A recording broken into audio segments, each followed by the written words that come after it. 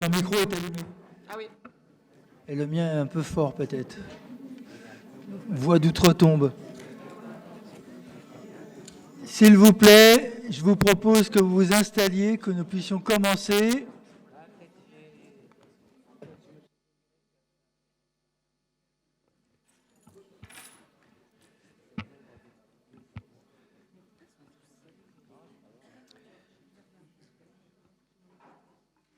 Merci.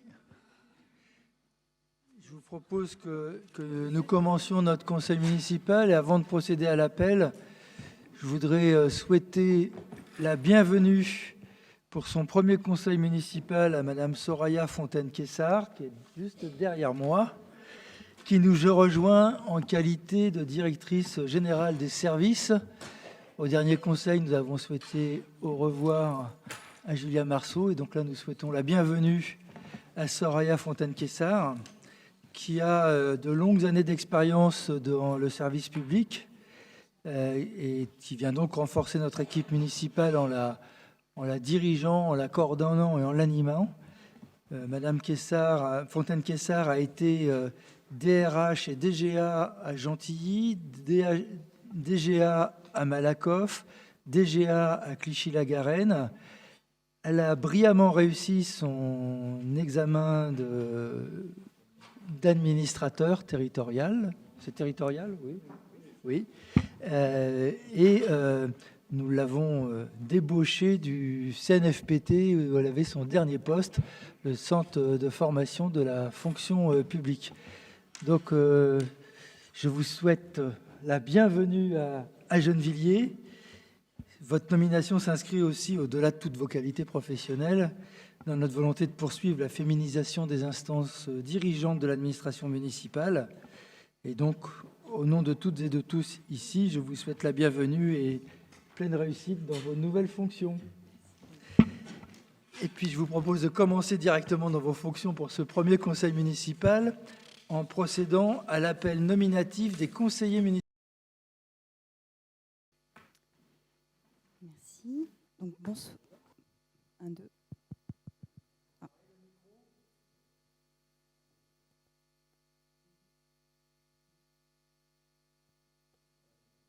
Un, deux, Ah, c'est bon. Donc, bonsoir, mesdames, messieurs. Donc, je vais procéder à l'appel. Donc, monsieur Patrice Leclerc, madame Anne-Laure Pérez, monsieur Mohamed Krichy, présent. Madame Yasmina Attaf, présente. Monsieur Philippe Clochette, Absent, donne pouvoir à Isabelle Massard. madame Delia Toumi, monsieur Grégory Boulor, madame Alexandra d'Alcantara, Absente, donne pouvoir à Zineb Zouaoui. monsieur Roger Duguet, madame Isabelle Massard, monsieur Belkacem Mouchen, présent.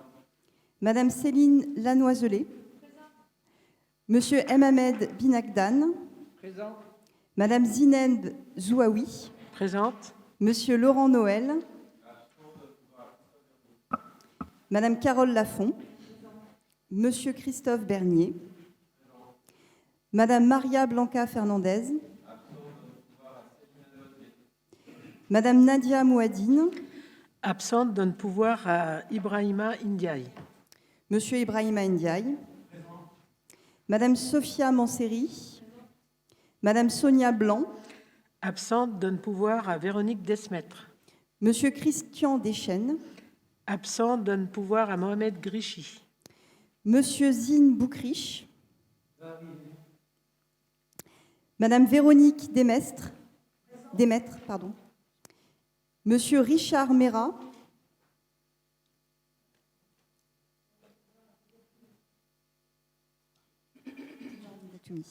monsieur Khalid Damoun, madame Aurélie Remacle, Absente, donne pouvoir à Sophia Manseri. monsieur Éloi Simon, Absent, donne pouvoir à Mariama Gassama.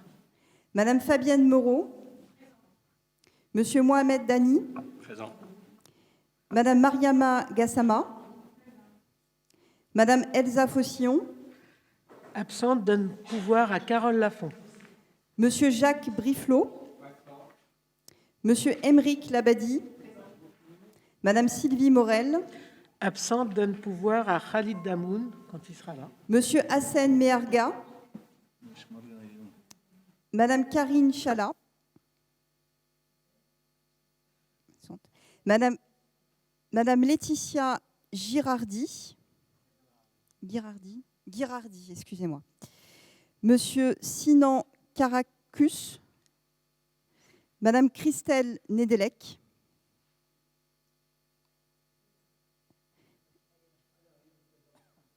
présente, Monsieur Ibrahima Diallo et Monsieur Philippe Allais. Merci.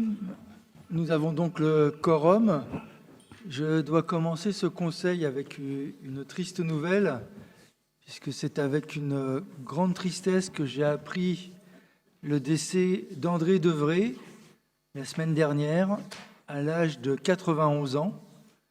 André habitait le bâtiment Victor Hugo, aux Agnettes, membre du Parti socialiste. Il a été aussi un élu actif de notre municipalité, puisqu'il a été conseiller municipal de 1971 à 1995 et maire adjoint délégué à l'état civil et au comité de jumelage. André a aussi été un syndicaliste militant qui a animé l'union locale FO de Gennevilliers, dont il a été le trésorier et dans laquelle il a continué de militer jusqu'en 2023. Et la retraite n'a pas signifié pour André inactivité, puisqu'il est devenu responsable des retraités FO sur notre ville, une responsabilité qu'il a prise à cœur en organisant de nombreuses activités, notamment des voyages et des visites, ainsi que des week-ends. André était un militant modeste, ne se mettant pas en avant, mais très actif dans notre ville, et il agissait toujours avec gentillesse et toujours dans le sens des intérêts du monde du travail. Je présente en mon nom et en votre nom à toutes et tous toutes mes condoléances à sa famille, à ses amis et à ses camarades. Et je vous propose que l'on tienne 1 minute de silence en sa mémoire.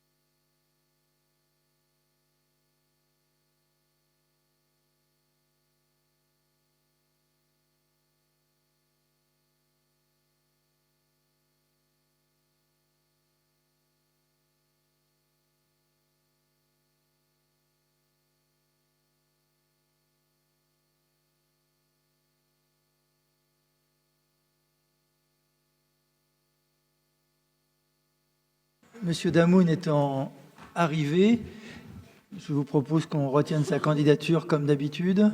Il fait ça bien. Tout le monde est d'accord. Je vous en remercie. Il s'agit maintenant d'approuver le procès-verbal de la séance fait par Monsieur Damoun.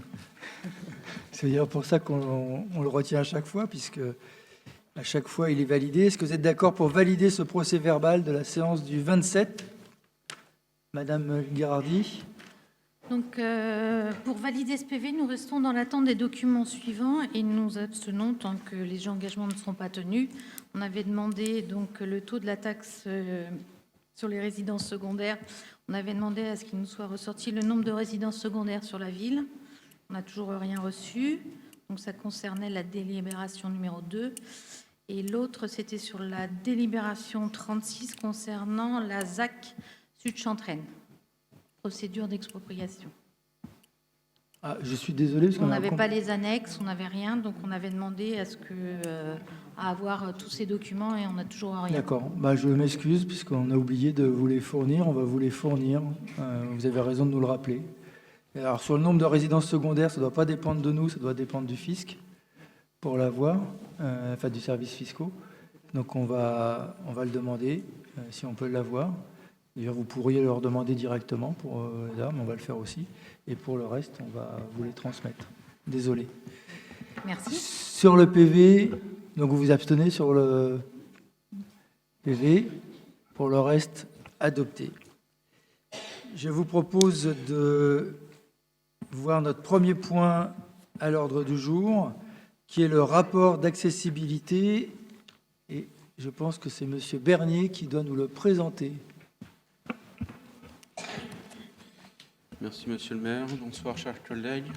Je vais, comme chaque année, vous faire une présentation du travail de la commission communale d'accessibilité pour donc, les années, cette fois-ci, 2022-2023. Quelques petites présentations liminaires. Donc, il s'agit de la délibération numéro 1 à laquelle est annexé le rapport complet de la commission donc, que vous aviez dans le dossier. Et je vais faire une présentation rapide de ces principaux éléments et principaux axes de travail en 3 grandes parties. Représenter les grands axes stratégiques qui sont mis en place dans ce cadre de cette commission communale d'accessibilité. Faire un petit point sur les services et prestations principales qui ont pu évoluer sur les 2 dernières années et sur un diagnostic handicap qui a été réalisé avec des étudiants de la Sorbonne dans l'année 2023 et qui a apporté un certain nombre d'éléments intéressants au travail de la commission. Commencer par remercier le travail des services de la mission handicap, des équipes de la DSA et du CCS. Remercier également Madame Maria Blanca Fernandez, qui est collègue élue et qui est en charge et qui préside la commission communale d'accessibilité très régulièrement. Et vous rappeler une spécificité gennevilloise à cette commission communale d'accessibilité, c'est que contrairement à beaucoup de villes, elle n'est pas uniquement composée d'associations et de professionnels. La majorité de ses membres sont des gennevillois en situation de handicap, ce qui nous permet un travail extrêmement intéressant sur une vraie connaissance de terrain, sur une sensibilité particulière sur les problématiques qui peuvent se poser, notamment dans la préparation des projets urbains ou des projets d'aménagement de la ville. Et ça permet aussi aux professionnels de la ville, des associations, aux entreprises ou aux autres institutions qu'on peut rencontrer dans le cadre de la commission communale d'accessibilité d'être vraiment confrontés à la problématique très concrète qu'on peut avoir certaines personnes en situation de handicap, que ce soit sur la cécité, la mobilité, etc. Comme je vous le disais, la première partie est consacrée à nos grands axes stratégiques sur lesquels nous mobilisons des budgets très importants. Ce sera mis en ligne. C'est pas en direct. différé. D'accord. Les prochaines fois, ce sera en direct. Pareil, toujours en différé. Ah, ça sera toujours en différé maintenant. On a répondu à votre demande de l'avoir enregistré et de pouvoir le rendre public, ce qu'on va faire. Ce sera en différé sur les réseaux sociaux, mais ce sera mis en ligne demain. D'accord, merci. Oui, excusez-moi, j'ai oublié de le préciser en début de séance. Je vous propose de passer au projet de ferme urbaine. Fabienne Moreau. Bonsoir à toutes et à tous. Je prends la parole ce soir pour vous apporter des informations concernant, comme vient le dire Monsieur le maire, un projet agricole biologique nourricier. Il y a 2 ans, nous étions présents ici et j'ai rappelé que ce projet s'inscrit dans une stratégie globale. Elle poursuit les objectifs du projet de mandature. Il s'insère dans un projet d'alimentation durable territoriale qui vise à consolider et amplifier la stratégie alimentaire durable de notre ville. Comment avons-nous défini la nécessité de porter un projet d'exploitation agricole? Nous avons commencé par un diagnostic. Nous sommes partis du constat de l'impact de notre système alimentaire et agricole sur plusieurs composantes telles que la santé et l'environnement. Je vais vous donner quelques données importantes, je pense. Selon l'ADEME, c'est l'Agence nationale de l'environnement et la maîtrise d'énergie, le quart des émissions de gaz à effet de serre en France proviendrait de nos assiettes. C'est autant que le transport et le logement. On constate également que les 100 premières aires urbaines françaises, sur les 100 premières aires urbaines françaises, 98% de l'alimentation est composée de produits agricoles importés et 97% des produits locaux sont exportés. On constate également que dans les quartiers populaires, on a une prévalence, en gros, on a de grands chiffres en termes de surpoids, de diabète et de maladies cardiovasculaires. C'est quelque chose à prendre en compte. Donc la question qui nous touche aujourd'hui, c'est celle de l'autonomie, de la résilience alimentaire. Elle ne concerne pas simplement notre ville, mais elle s'étend davantage, chaque jour, sur l'ensemble de notre territoire et bien au-delà. Depuis quelques années, nous menons une réflexion autour de la définition d'une stratégie alimentaire durable communale qui a été labellisée en juillet 2022. par le ministère de l'Agriculture et de la Souveraineté alimentaire en tant que projet alimentaire territorial. Les objectifs du projet, vous les voyez sur cette diapositive, ils concernent la justice sociale, la santé alimentaire, la préservation de l'environnement, la sensibilisation aux enjeux alimentaires, le maintien et le développement de l'agriculture française. En gros, ce projet d'exploitation agricole municipale vise à favoriser la bonne alimentation des jeunes Villois, donc des Français jeunes Villois, en proposant une alimentation saine, oui, de tous les jeunes Villois, à favoriser la bonne alimentation des jeunes Villois, donc de tous les jeunes Villois, en proposant une alimentation saine, de qualité, durable pour tous, à favoriser une économie locale non délocalisable. Ah, j'ai des problèmes ce soir pour éloquer, excusez-moi. Qui permettra également de réduire les émissions de gaz, de préserver l'activité agricole française en souffrance. Il ne faut pas oublier qu'aujourd'hui, le statut de paysan est considéré tout en bas de l'échelle sociale et qu'il est important, je pense, de leur apporter un salaire décent et valorisant. Tous ces points pour arriver à un élément qu'on a pu voir à travers la guerre en Ukraine ou à travers les sécheresses, d'où l'augmentation des prix de certaines denrées, que l'actualité nous montre la nécessité de maîtriser nos approvisionnements afin d'éviter les ruptures d'approvisionnement en bio ou en local et de maîtriser la chaîne complète de la production à la fabrication. Alors, il y a 2 ans, et j'aime bien mettre en avant cette ville, celle de Montsartou, c'est la première régie agricole municipale. On a pu observer lors de nos déplacements, de nos recherches, qu'il existait de nombreuses municipalités qui se lançaient dans des projets similaires, bien évidemment, chacune en fonction de ses spécificités et de ses ambitions, ce qui nous amène à observer des montages juridiques et économiques bien différents d'une commune à l'autre. Notre projet aujourd'hui est d'installer une exploitation maraîchère et fruitière biologique en Île-de-France ou à proximité. Cette exploitation permettra d'alimenter les jeunes Villois et les populations locales avec des productions locales de qualité et respectueuses de l'environnement. Ça sera également un lieu de sensibilisation de la fourche à la fourchette ainsi qu'au monde agricole et à ses métiers. Notre projet a pu voir le jour grâce à une association, Ferme d'Avenir, qui a déjà accompagné une 40aine de collectivités et d'entreprises françaises dans leurs projets agroécologiques. Comme vous le savez très bien, notre ville fait partie du CIREC, donc le syndicat pour la restauration collective, qui est formé de 4 villes, Saint-Ouen-sur-Seine, Villepinte, Villeneuve-la-Garenne et nous-mêmes, ce qui représente à peu près 15 000 repas par jour. Depuis 12 ans, le CIREC assure la restauration des crèches, des scolaires, donc les maternelles et les élémentaires, le centre de loisirs, le repas pour les foyers des personnes âgées et le portage de repas à domicile. Et la ville, de son côté, assure la production des repas pour les agents municipaux, donc le self municipal. C'est ce que je viens de dépeindre sur les 2 premiers rectangles, si je peux dire ça comme ça. À travers notre projet, nous souhaitons approvisionner la restauration collective pour les 4 villes, en alimentant ainsi les crèches municipales, le portage à domicile, les résidences seniors, mais également le self municipal. Et une réflexion pourrait permettre de développer la vente directe, ce que vous pouvez voir dans le 3e rectangle, via les marchés forains, ce qu'on appelle le groupement d'achat de denrées en vrac à prix coûteux, le VRAC, que vous pouvez trouver sur Internet, et je vous invite à vous inscrire, vous trouvez des prix très intéressants. Et pour réaliser ce projet, il nous faudrait à peu près 15 ou 20 hectares afin de répondre aux besoins de Gennevilliers, mais également aux populations locales à proximité de l'implantation de la ferme. Je passe à la diapo suivante. On voit 7 formes.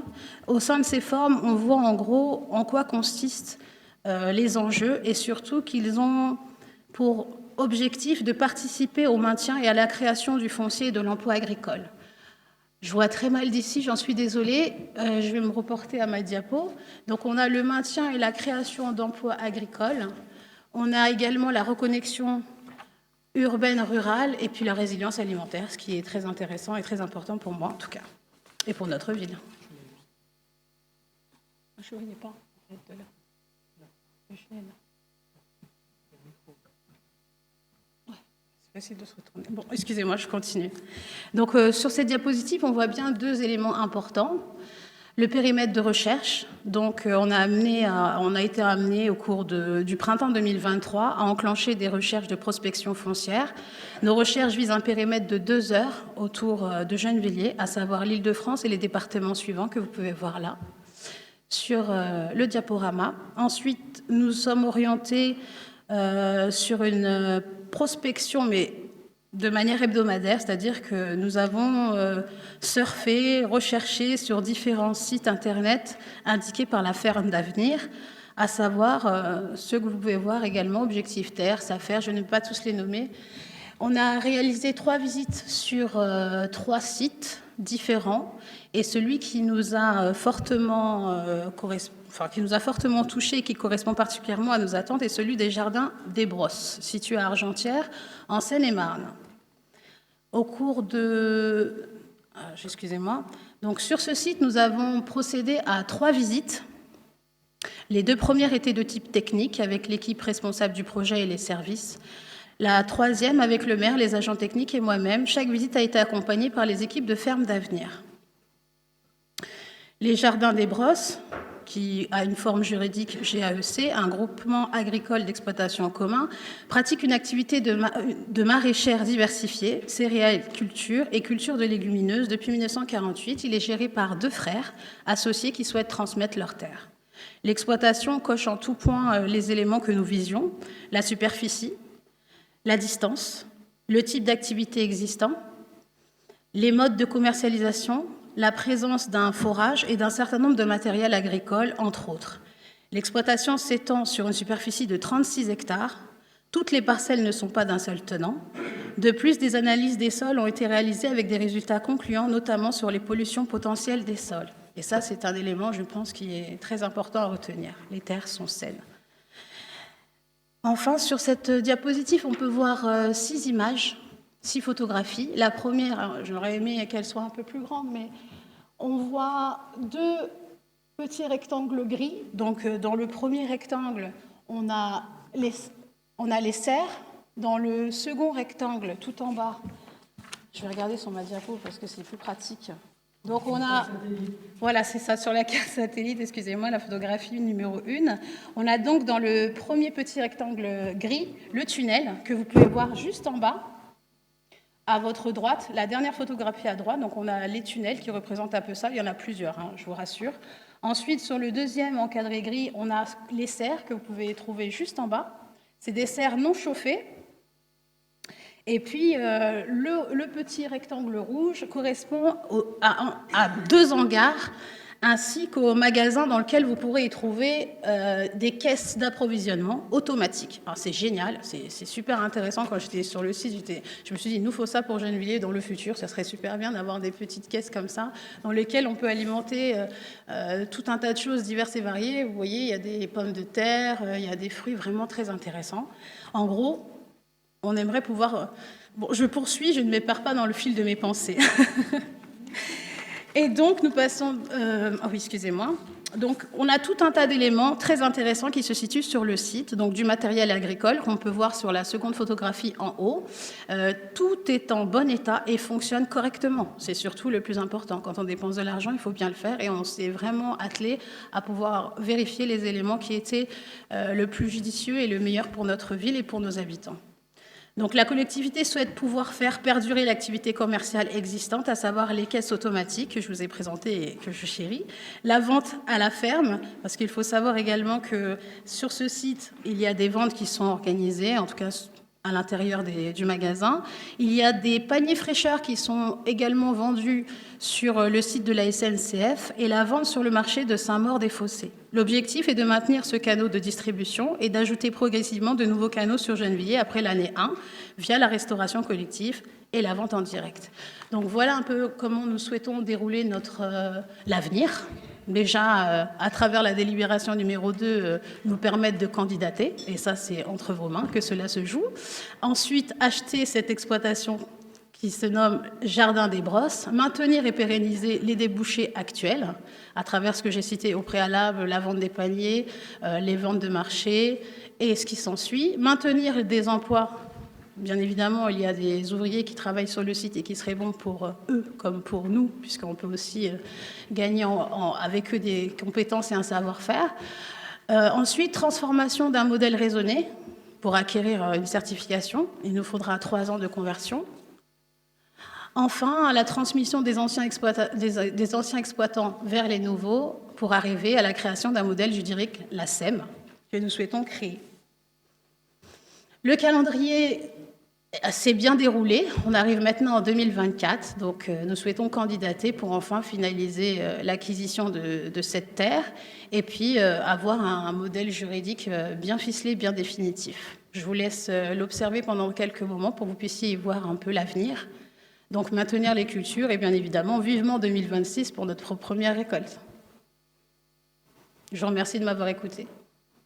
Merci, Madame Moreau. Juste pour dire, là, on candidate, on aura le résultat le 1er juillet, puisque c'est une commission qui décide s'ils sont d'accord pour nous vendre ou pas. Ce n'est pas simplement le propriétaire agricole qui décide, il y a aussi la SAFER que j'ai rencontrée.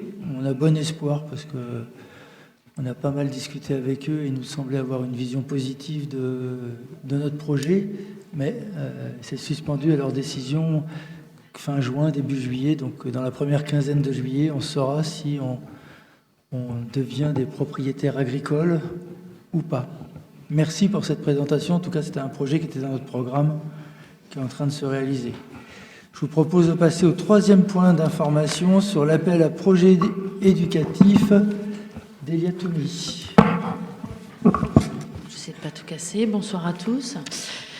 Sur les appels à projets, on a souhaité vous faire un petit point d'information parce que souvent la question nous revient de savoir quelles sont les modalités avec lesquelles nous soutenons et nous encourageons les projets novateurs qui sont développés au sein des écoles. Alors, vous avez peut-être déjà un aperçu de ce qui se fait avec la Caisse des écoles autour des projets autogérés, par exemple. Là, je souhaitais un petit focus sur les appels à projets villes. Ces appels à projets, avant que je les détaille, nous permettent d'abord de soutenir les initiatives qui émanent des enseignants, puisqu'ils sont les seuls en expertise sur les besoins de leurs élèves, mais ils nous permettent aussi d'être, avec le service de scolarité et stratégie éducative, une force d'initiative pour aller pousser certaines écoles dans les idées de projets qu'ils ont et que nous, on peut accompagner. On est en cela aussi force de ressources, puisque nous mettons à disposition de l'ensemble des écoles la banque de ressources plutôt inspirante qui est présentée lors du forum de rentrée à l'ensemble des enseignants du premier degré sur la ville. Pour ces appels à projets, on est sur des axes qui ont été priorisés par la ville, avec la validation de la circonscription de l'éducation nationale. On a une commission qui examine l'ensemble des projets qui sont déposés par les écoles, qui est constituée autant par les services en spécialisation sur la thématique de la ville, que par les conseillères pédagogiques de circonscription qui prennent en charge ces différentes thématiques selon leurs attributions.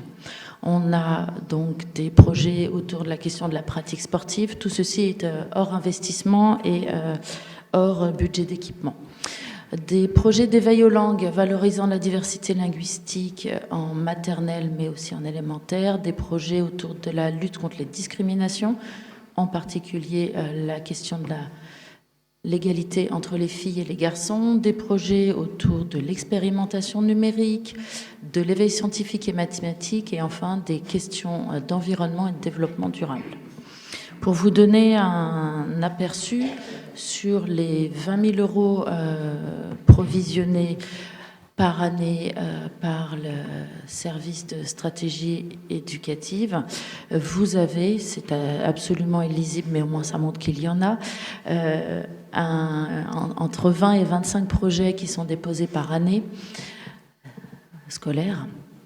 Donc ici, vous avez ceux qui ont été déposés jusqu'à mai, jusqu'à aujourd'hui, et on en retrouvera certains dans la délibération numéro 10. Donc vous avez des thématiques... il faut mes lunettes, des thématiques aussi variées autour de l'éveil aux langues que l'English Corner de l'école élémentaire Joliot-Curie, ou que la question de l'entrée dans les JO pour la génération 2024 sur l'élémentaire Langevin. Vous avez de l'interdegré, vous avez un travail important sur le développement durable, en particulier à l'URSA, mais aussi à Vallon ou à Anatole France. Et vous avez des projets égalité filles-garçons dans ceux que je vais vous demander d'accepter de financer dans la délibération numéro 10. Oui, si je passe moi, ça ne marche pas. Dans les derniers appels à projets de cette année scolaire, puisqu'il y a 3 commissions par an, vous retrouvez le savoir rouler à vélo, par exemple, pour les écoles Vallon, l'équipement en piano avec la question de l'implication des familles ou du centre de loisirs autour du réseau d'écoles Guy Moquet. Les héroïnes ordinaires, j'aimerais pouvoir vous les présenter, la semaine vaillante et le projet Émile à Aubrac, par exemple. On est donc ici sur un budget qui va se rapprocher déjà en juin des 18 000 euros et on va pouvoir relancer pour la fin d'année suivante, puisqu'on a le question année scolaire, année civile, pour que l'ensemble des crédits soient effectivement sollicités par les écoles. Donc sur les projets qui me semblent relativement innovants et phares, peut-être qu'Émile, on peut peut-être aller directement aux héroïnes ordinaires pour contre-renversant. Donc celui-ci est comme d'autres, mais celui-ci est particulièrement parlant. On est sur l'école Henri Vallon B, donc aux Agnettes, pour les CM2.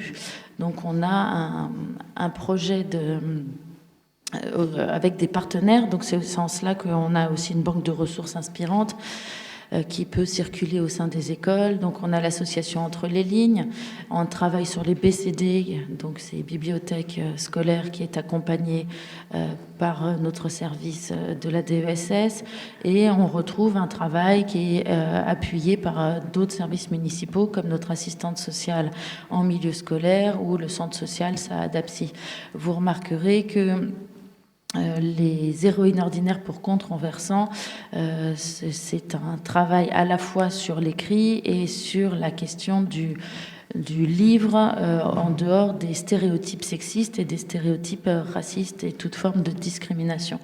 Donc ce projet-là me semblait particulièrement éclairant de ce que les équipes peuvent imaginer au sein des écoles et comment est-ce que la ville vient soutenir, appuyer et ensuite transmettre, diffuser, échanger lors des forums sur ce qui peut être inventé au sein des écoles. Je vous remercie. Merci pour cette présentation. Je vous propose qu'on passe aux délibérations. Je rappelle, comme d'habitude, que les conseillers qui ont un intérêt dans une des délibérations ne doivent pas prendre part au vote dans la délibération sur laquelle ils auraient cet intérêt. Je vous propose de passer à la délibération numéro 1, Monsieur Bernier. Il s'agit d'approuver le rapport annuel de la CCA que je vous ai présenté en début de séance. Oui, il s'agit de prendre acte. J'imagine que tout le monde est d'accord pour prendre acte. Madame Girardi. Alors, nous allons prendre acte de ce rapport, mais nous tenons à souligner quand même quelques petites choses. Nous allons donc à souligner que si on met les différents chantiers de rénovation des trottoirs de côté et qui n'ont pas tous une vocation d'accessibilité, mais plutôt de rénovation, le compte il n'y est pas du tout en matière de stationnement. Les 230 places qui semblent avoir été matérialisées au niveau de la ville ne suffisent pas, notamment dans certains quartiers comme le Lutte ou République. Idem pour l'accessibilité dans les logements où il faut faire beaucoup mieux. Ce n'est pas les expérimentations de mobilité verticale qui suffiront. Il y a toujours de vrais problèmes de panne d'ascenseur ou de logements non adaptés à leurs occupants. Nous pensons notamment aux personnes âgées et peu mobiles qui habitent à des étages élevés. Puisque l'on parle de Gennevilliers Habitat, nous aimerions savoir si cet organisme a un référent handicap et si oui, avoir son nom et ses coordonnées. Pour finir, nous voulons signaler la dangerosité des rues dans lesquelles passe le tramway 1 au village, notamment pour les malvoyants et les personnes âgées, du fait des différents niveaux peu perceptibles de la chaussée qui occasionnent des chutes assez fréquentes. Les vélos et les scooters sont également sujets à ces accidents pour la même raison. Merci. Bon, pour votre demande sur GH, on vous le transmettra après, puisqu'on le demandera à GH. Pour le tramway T1, c'est de la responsabilité du département et de la RATP qui ont cette responsabilité sur cette voirie. Et je suis d'accord avec vous, on fait partie de ceux qui demandons... J'avais même demandé à ce qu'on puisse faire rouler les voitures en même temps que le tramway pour redonner des places de stationnement, mais la RATP s'y oppose, de la même façon qu'on voulait avoir un trottoir un peu plus haut, mais pour des raisons de sécurité, les RATP s'y opposent. Donc c'est quelque chose à voir avec la RATP et le département des Hauts-de-Seine sur le tramway T1. Pas d'autres interventions? On prend acte. Je vous remercie. Délibération numéro 2, Madame Moreau. Autorisation donnée à Monsieur le maire ou à son représentant de valider la candidature de la ville de Gennevilliers en vue d'acquérir une exploitation agricole nourricière située à Argentière, en Seine-et-Marne, afin d'y développer une ferme maraîchère communale. Merci, c'est le projet qu'on vient de nous présenter. Une intervention? Oui.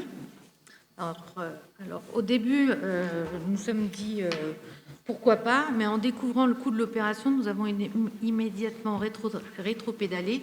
Il y en a pour quasiment 1,5 million minimum, et nous parlons justement de l'acquisition du terrain et du matériel, et pas de l'exploitation en elle-même.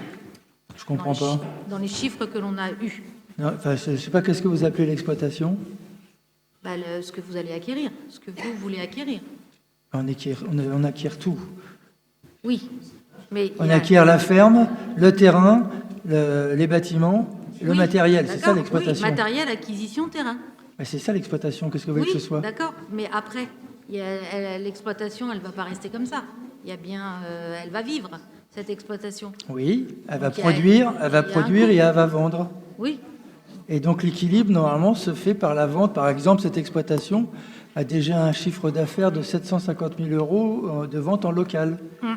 Et ensuite, l'engagement, c'est d'acheter. Alors, on ne fait pas une opération financière pour gagner de l'argent. On fait une opération pour améliorer la qualité des repas sur les crèches, les personnes âgées et le maraîchage sur la ville. C'était un projet qui était dans notre...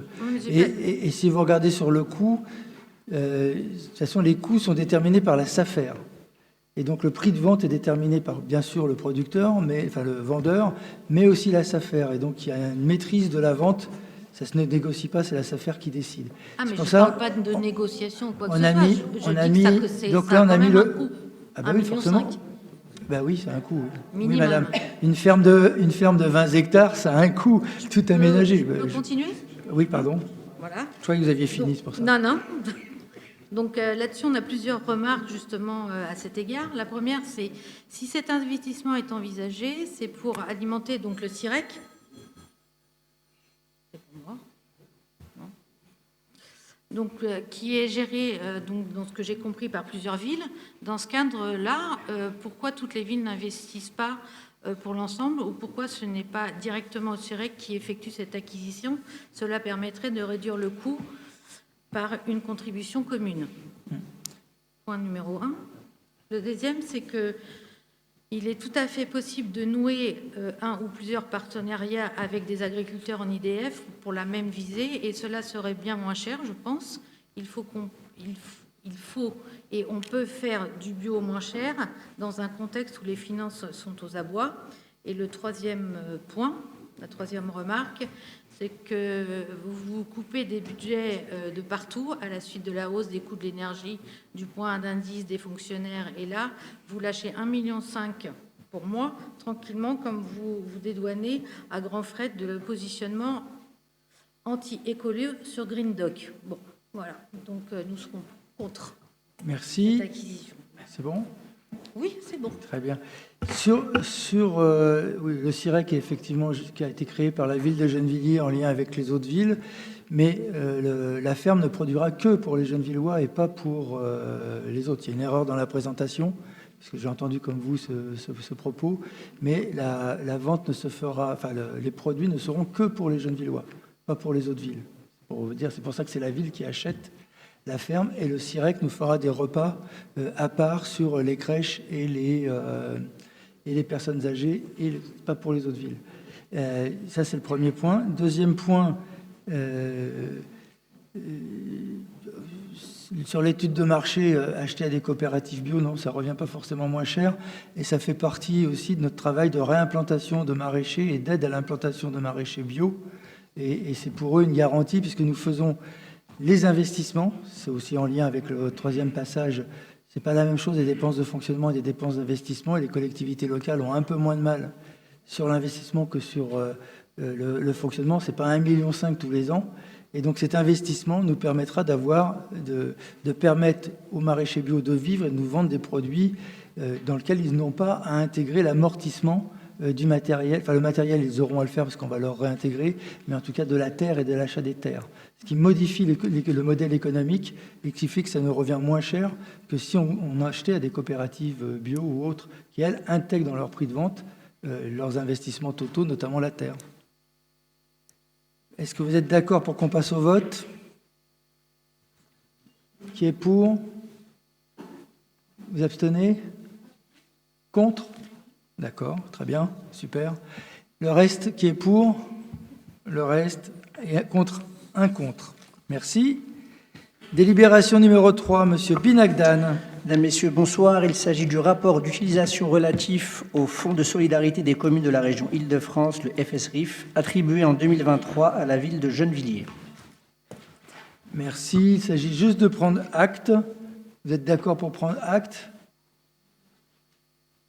Levez la main pour prendre la parole, parce que... Allez-y. Alors, on prend acte, mais ce n'est pas vraiment un rapport d'information que l'on a eu en annexe, juste une ventilation par type d'action. Donc, est-ce qu'il serait possible d'avoir le rapport complet? S'il vous plaît. Merci. Je crois que c'est ça le rapport. Il n'y a pas d'autre rapport.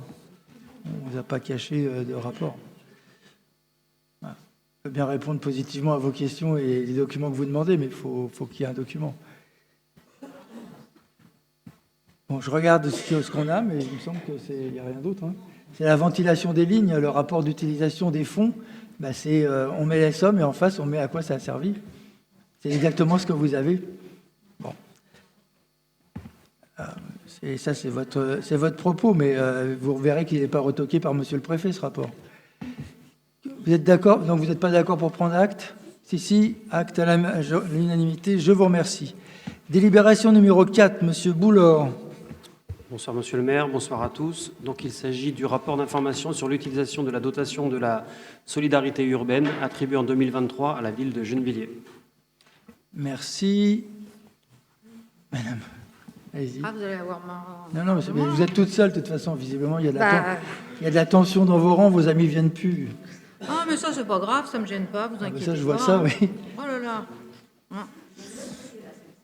Allez-y. Donc, même remarque pour le rapport précédent, où est le détail. Nous interrogeons notamment sur le fait que la cotisation et les activités, on prend par exemple d'Agir, ont sensiblement augmenté alors que la subvention est plus élevée.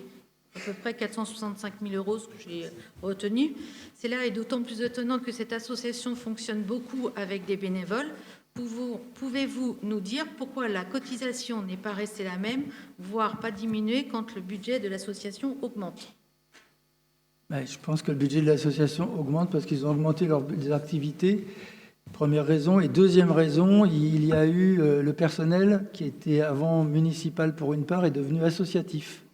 Je vous dis ça de mémoire, mais il me semble que ça doit être ça. C'est exactement ça, voilà. C'est-à-dire que le personnel qui était du personnel municipal est devenu entièrement associatif. Donc ça fait effectivement beaucoup augmenter le budget en direct de l'association. Oui. On est d'accord pour prendre... Vous prenez acte quand même? Tout le monde prend acte? Je vous remercie. Délibération 5, Madame Attaf. Oui, bonsoir. Il s'agit d'autoriser Monsieur le maire à signer l'avenant numéro 3 à la convention pluriannuelle d'objectifs entre la ville de Gennevilliers et l'association Plein Gré relative au versement d'une subvention de fonctionnement d'un montant de 258 351 €, d'une subvention d'un montant de 60 500 € au titre du contrat engagement quartier 2030 et d'une subvention relative au partenariat ville-département d'un montant de 40 000 €. Merci. Allez-y. Ah oui. Alors, on va voter pour cette délibération, mais qu'en est-il de la crèche Plein Soleil aux Luttes qui a fermé ses portes après un rapport accablant de la PMI? Rappel des causes, postes non pourvus et absences répétées, actes de négligence et de maltraitance envers les enfants. Merci par avance pour votre réponse et suivi qu'à contrairement à ce que vous mettiez en avant lors du dernier CM, il ne s'agit pas que d'un manque de personnel. Merci. Madame Attaf. Alors, on a rencontré l'association Plein Gré la dernière fois le 26 avril. Il y a une nouvelle directrice générale qui vient de prendre ses fonctions et elle nous a été présentée par Madame Poulain, qui est l'ancienne présidente directrice générale, qui est en train de prendre sa retraite de manière progressive. Donc, elle organise la passation pour l'année à venir. Alors effectivement, l'association a fermé ses portes pour une durée indéterminée, mais provisoire, nous ont-ils dit, et elle n'a pas réouvert à ce jour. Elle prévoit de réouvrir l'association normalement au mois de septembre. C'est l'établissement qui est fermé, oui. L'association. Oui, enfin l'association, le Plein Soleil bien sûr, hein, pas l'association Plein Gré, mais la partie Plein Soleil qui se trouve aux Luttes. La crèche. Oui, la crèche, oui, la crèche Plein Soleil qui se trouve aux Luttes. Et donc, ils envisagent de réouvrir au mois de septembre avec un recrutement et un retour prévisible du congé de maternité de la directrice. J'ai pas compris, pardon. La directrice est en congé de maternité, donc elle reprend ses fonctions normalement au mois de septembre. D'accord. Voilà. Et les autres établissements de l'association sont restés ouverts. Ils ont en partie absorbé les enfants qui étaient sans mode de garde. À mon souvenir, il y a une famille en fait qui n'a pas accepté d'être absorbée entre guillemets par les autres établissements de l'association et qui s'est tournée vers une assistante maternelle. Voilà. Merci Madame Attaf. Qui est pour cette autorisation de signature? Unanimité. Je vous remercie. Délibération 6, Madame Lanoiselet. Bonsoir. Alors, il s'agit ce soir d'autoriser Monsieur le maire à verser une subvention de fonctionnement au profit de l'association SOS Méditerranée pour l'année 2024. Donc, nous renouvelons notre adhésion à cette association qui porte secours aux migrants et aux réfugiés qui se noient en mer. Un chiffre, pour finir, 2498 personnes, dont de nombreux enfants, ont péri noyés en Méditerranée, soit 2 fois presque plus qu'en 2022. Et ça, ce sont les chiffres de 2023. Merci. Merci. Oui, Madame. Alors, je vous rassure, hein, on est pour, hein, on n'est pas les grands méchants loups. Hein. Mais sur cette délibération, c'est assez malin parce que vous ne présentez pas du tout le montant du versement que vous faites par ailleurs pour cette association. Il faut qu'on aille regarder dans les annexes. Donc, comme on est les seuls en plus à avoir accès aux annexes, les gens n'ont pas du tout accès donc au montant. Nous disons simplement que cette somme conséquente dont on aurait aussi besoin à Gennevilliers pour les jeunes Villois en difficulté, nous allons voter pour par solidarité, mais nous déplorons les désengagements de l'État sur ces sujets. Par la suite, merci de bien vouloir faire figurer les montants dans les corps de délibération quand il y a des subventions qui sont données. Merci. Merci. Alors, vous n'avez pas donné le montant, donc on ne le cache pas, hein, c'est 10 000 €. Ah oui, je sais, j'ai regardé. Ça correspond à moins la moitié du coût d'un sauvetage. C'est-à-dire c'est la moitié du coût de la sortie du bateau pour sauver des personnes qui se noient. Non, mais je suis tout à fait d'accord avec vous, Monsieur Leclerc. Et l'idée que cette somme servirait mieux à Gennevilliers, c'est pas faux. En même temps, devant l'idée aussi que il y a besoin, si nous on le fait pas, qui va aider l'État? Non, mais ils le font pas justement. Il y a même eu une attaque je crois que c'est la droite d'ailleurs parisienne, qui a attaqué la mairie de Paris sur l'illégalité de cette délibération que le Conseil d'État a reconnue comme légale. Donc il y a un débat gauche-droite. Je comprends votre mais de ce point de vue-là. Et c'est important. Là, par exemple, je soutiens la demande de SOS Méditerranée pour que la métropole verse. La métropole qui a versé pour d'autres causes qui n'avaient rien à voir avec les compétences de la métropole dit sur cette cause-là, ce n'est pas notre compétence. Donc on est en train de se battre pour qu'on soit plusieurs à aider, parce qu'il faut sauver des gens qui meurent dans la Méditerranée. Non, mais je suis tout à fait d'accord Voilà. avec vous. Et on le fait aussi sur des catastrophes naturelles quand ça se passe partout dans le monde. Qui est donc l'unanimité? Je vous remercie. Délibération numéro 7, Madame Gassama. Oui, bonsoir. Il est proposé au conseil municipal de transformer 2 postes d'assistant d'enseignement artistique en postes de professeur d'enseignement artistique pour l'école Manet de la direction de la culture et de la jeunesse. Merci. Qui est pour l'unanimité? Je vous remercie. Délibération 8, Madame Massard. Oui, bonsoir. Il est proposé au conseil municipal d'actualiser les modalités de calcul et d'attribution de l'indemnité forfaitaire complémentaire élection versée aux agents qui assurent la tenue des bureaux de vote lors des scrutins électoraux. Merci. Oui, allez-y. Excusez-moi. Nous allons donc voter pour cette délibération, mais nous voudrions savoir comment se passe la sélection des agents. Est-ce qu'il y a, c'est sur une base de volontariat ou les catégories C sont-elles privilégiées? Voilà. Alors, il y a déjà du volontariat, parce qu'on ne peut pas obliger, je crois. Tout à fait. Je peux répondre. Ensuite, je peux répondre, Patrice? Et à partir de là, je peux répondre. Isabelle, vas-y. Oui, tout à fait. Donc, en ce qui concerne les agents municipaux, effectivement, c'est d'abord au volontariat, bien sûr. Il faut qu'ils soient volontaires. Ils ne sont pas, pour le moment, en tout cas, pas recrutés obligatoirement. Et puis ensuite, il y a une sélection, puisqu'il y a plusieurs types. Il y a 2 types d'agents. Il y a les chefs de centre et l'agent qui accompagne le chef de centre. Donc, il faut avoir une certaine connaissance et compétence. Donc voilà, c'est un système de, on va dire, recrutement entre guillemets, puisque voilà, il y a des tâches un petit peu différentes. Voilà. C'est tout votre question, non? Merci. Et contrairement, par exemple, aux banquiers, comme le banquier des retraités, où on a aussi des agents qui viennent en plus, là, on peut moins facilement faire de rotation, parce que c'est vrai que c'est l'habitude qui sert la qualité de la tenue du bureau de vote, pour avoir participé au bureau de vote. Oui. Vous avez vu le caractère déterminant. En fait, s'il y a des erreurs, c'est toujours un problème. Excuse-moi. Par contre, sur les banquiers, on essaie de faire en sorte qu'il y ait des gens nouveaux à chaque fois et de faire une rotation pour pas que ce soit toujours les mêmes. Je peux donner une petite précision, parce que j'ai oublié un élément dans la question, c'est oui, il peut y avoir des catégories SOE qui sont chefs de centre. Oui. C'est pas des catégories. Oui. Voilà, c'est pas voilà, tout à fait.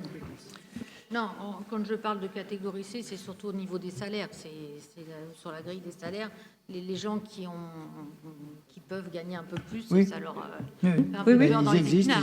Ils y sont aussi. Quel vote sur cette l'unanimité?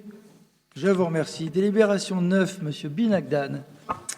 Il s'agit de la suppression de postes au tableau des effectifs dans le cadre des décisions budgétaires de 2024.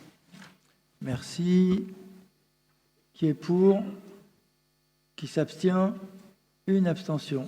Je vous remercie. Délibération numéro 10, Madame Toumi. Donc voilà la délibération que j'évoquais tout à l'heure. Donc il s'agit d'autoriser le versement d'une subvention sur les coopératives scolaires des écoles de Gennevilliers afin de réaliser les projets éducatifs des appels à projets villes. Merci. C'est ce qui a été présenté en première partie. L'unanimité. Je vous remercie. Délibération 11, Monsieur Labadie. Bonsoir. Il s'agit d'autoriser Monsieur le maire à demander le renouvellement de classement du projet d'établissement auprès de la DRAC pour le conservatoire à rayonnement départemental et à signer tout document afférent. Et on parle de la période du nouveau projet, donc 2023-2028. Merci. Qui est pour l'unanimité? Je vous remercie. Monsieur Labadie encore sur la 12. Et cette fois, il s'agit d'autoriser Monsieur le maire à signer une convention de partenariat avec le Goethe-Institut Paris dans le cadre d'une opération Ciné Allemand 13 qui promeut le cinéma allemand. Et la programmation s'étend cette année de septembre 2023 à juin 2024. Merci. Dans vos compétences polyglottes, vous parlez allemand aussi? Ouais. Qui est pour l'unanimité? Je vous remercie. Attends, j'ai juste Pardon. une petite question. Sur cette délibération. Il semblerait que c'est Monsieur Mera qui était en charge de ce projet. Il le suivait. Oui, c'est lui qui suivait, maintenant il ne suit que la cité éducative. On pourrait on peut être informé des résultats de ce dispositif. Et ça, il faut demander à l'Éducation nationale. Ah, d'accord. Voilà. Ben oui, il y a des limites. Qui est pour? Merci. L'unanimité. Délibération numéro 13, Madame Manséry. Bonsoir. Il s'agit d'autoriser Monsieur le maire à signer des contrats de prêt ou de mise à disposition d'œuvres ou d'objets d'art avec des collectivités territoriales ou des partenaires dans le cadre de l'exposition Trésors de banlieue qui se tiendra du 4 octobre au 30 novembre 2024. Merci. Qui est pour?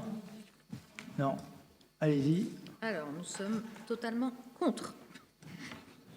Vous connaissez notre position sur ce dispositif, du moins sur ce projet, de 300 000 € par session, qui sans les scolaires n'aurait aucune influence. Nous avons toujours dénoncé ces sommes exorbitantes avec beaucoup d'affichage, mais in fine peu d'effet en termes d'émancipation par la culture.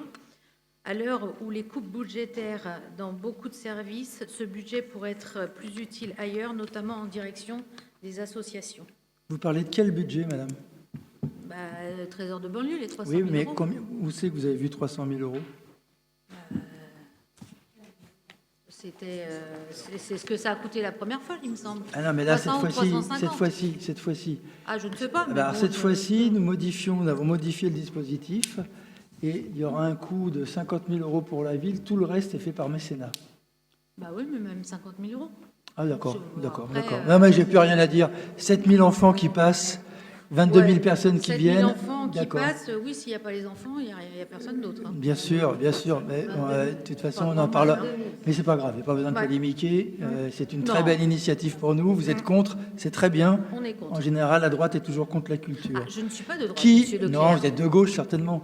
Qui est pour? C'était une liste dirigée. Elle est marquée UDI par le ministère de l'Intérieur. Vous savez, votre liste? Pardon? La liste sur laquelle vous avez été élu a été nommée UDI par le ministère de l'Intérieur. Mais ça, c'est leur problème. Moi, j'ai ma conscience pour moi. C'est tout. Il y a une déclaration de liste qui a été faite, madame. Et donc, la personne qui dépose la liste dit à quoi elle est raccrochée. Et donc, elle est raccrochée à l'UDI. Vous pouvez me dire que c'est leur problème, mais c'est le vôtre aussi, un peu. Non, mais j'ai le droit d'avoir mes opinions. De toute façon. Oui, bien sûr. Et c'est pas parce que elle a été nommée UDI que je vais me prendre la tête avec vous pour dire que je suis de droite. Oui. Mais j'assume. Mais qu'est-ce qu'il y a? Mais j'assume. Moi, je me regarde dans la glace tous les matins. La polémique est close. Je vous propose qu'on passe au vote. Donc, il y a un contre. Merci. Délibération numéro 14, Monsieur Damoun. Il s'agit d'autoriser la signature de l'avenant numéro 2 à la convention d'objectifs entre la ville de Gennevilliers et le Tamanoir pour l'attribution d'une subvention spécifique. Merci. Alors, Madame Mouadine et Madame Zouaoui ne prennent pas part au vote. Est-ce que vous êtes tous pour? Oui. Je vous remercie. Délibération 15. Il s'agit de la prise en charge des frais réels exceptionnels liés aux missions de programmation artistique. Est-ce que vous êtes d'accord? L'unanimité? Je vous remercie. Délibération 16, Madame Gassama. Il s'agit de soutenir l'association Canto Mundi à l'organisation du Festival des musiques anciennes et traditionnelles qui se tiendra au Conservatoire de Gennevilliers les 24, 25 et 26 mai 2024. À cet effet, il s'agit d'autoriser M. le maire à verser une subvention à l'association de montant de 5 000 €. Merci. Qui est pour? Madame Gardet. Vous êtes pour. Je vous remercie. L'unanimité. Délibération 17, Monsieur Briffaut. Oui, il s'agit de signer une convention entre la ville de Gennevilliers, l'État et l'Éducation nationale à l'association Club du Lutte. Merci. Alors là, Madame Lanoiselet, Monsieur Damoun, Madame Zouaoui, Madame Blanc, Madame Chala et Monsieur Briffaut ne prennent pas part au vote. Qui est pour? Pardon. Nous sommes pour, mais nous avons toutefois une petite remarque sur ce club historique des Deux Devoirs qui est ouvert toute l'année, ce qui est très très bien. Mais quand les études dirigées, par contre, ne le sont pas, elles sont ouvertes que de octobre à mai. Oui. Et alors? Et alors, c'est un petit peu jeune. C'est l'association qui le décide, madame. Ça fait partie de... C'est une Et petite puis c'est remarque. conventionné avec nous, enfin pas avec nous, avec l'Éducation nationale d'ailleurs. Madame Toumi. C'est conventionné avec l'Éducation nationale, ça correspond au calendrier des études dirigées qui sont offertes par le collège de rattachement. Donc, c'est collé sur une équité d'accès, puisque c'est conventionné, sur les 3 structures, donc collège, club du lutte et club ado, les 3 structures qui participent aux études dirigées. Il n'y a pas d'enfant qui est inscrit dans l'une ou dans l'autre et qui voit son année se poursuivre ou commencer plus tôt que ses camarades qui ont été envoyés vers les autres structures. Merci. Qui est pour l'unanimité? Je vous remercie. Délibération 18, madame Zouaoui. Bonsoir tout le monde. Donc, il s'agit d'attribuer une subvention au Club du Lutte dans le cadre de l'accompagnement à la scolarité pour l'année 2024. Même vote, puisque c'est la suite. Même vote, l'unanimité. Je vous remercie. Délibération 20, madame Toumi. J'ai la 19, mais il s'agit... Ah non, mais attends, j'ai sauté. La cité La 19 éducative. avant. La D'accord. 19 avant. Il s'agit d'autoriser Monsieur le maire à verser des subventions qui ont été déléguées à la ville par l'État dans le cadre de la politique de la ville pour la mise en place d'actions par la cité éducative de Gennevilliers. Merci. L'unanimité. L'unanimité, je vous remercie. Vous passez à la suite, madame Toumi. La 18. Ah ben non, c'est la 20. Oh là. Décidément. Donc Ça sent la fatigue. Il s'agit d'approuver les conventions relatives à la participation financière aux frais de scolarité entre nos villes. Vous en avez déjà vu passer une de ce type-là au précédent conseil municipal. Cette fois, nous sommes sur les villes de Montigny-les-Cormeilles, Neuville-sur-Oise, Sannois et Villeneuve-la-Garenne sur la réciprocité de la gratuité. Merci. L'unanimité, je vous remercie. Délibération 21, monsieur Grichy. Alors, il s'agit d'autorisation de signature de l'avenant numéro 2 à la convention d'objectifs entre la ville de Gennevilliers et l'association Gennevilliers Natation pour le versement d'une subvention exceptionnelle pour un stage sportif de natation en Italie. Merci. L'unanimité sur cette délibération? Oui, je vous remercie. Délibération 22, monsieur Boucriche.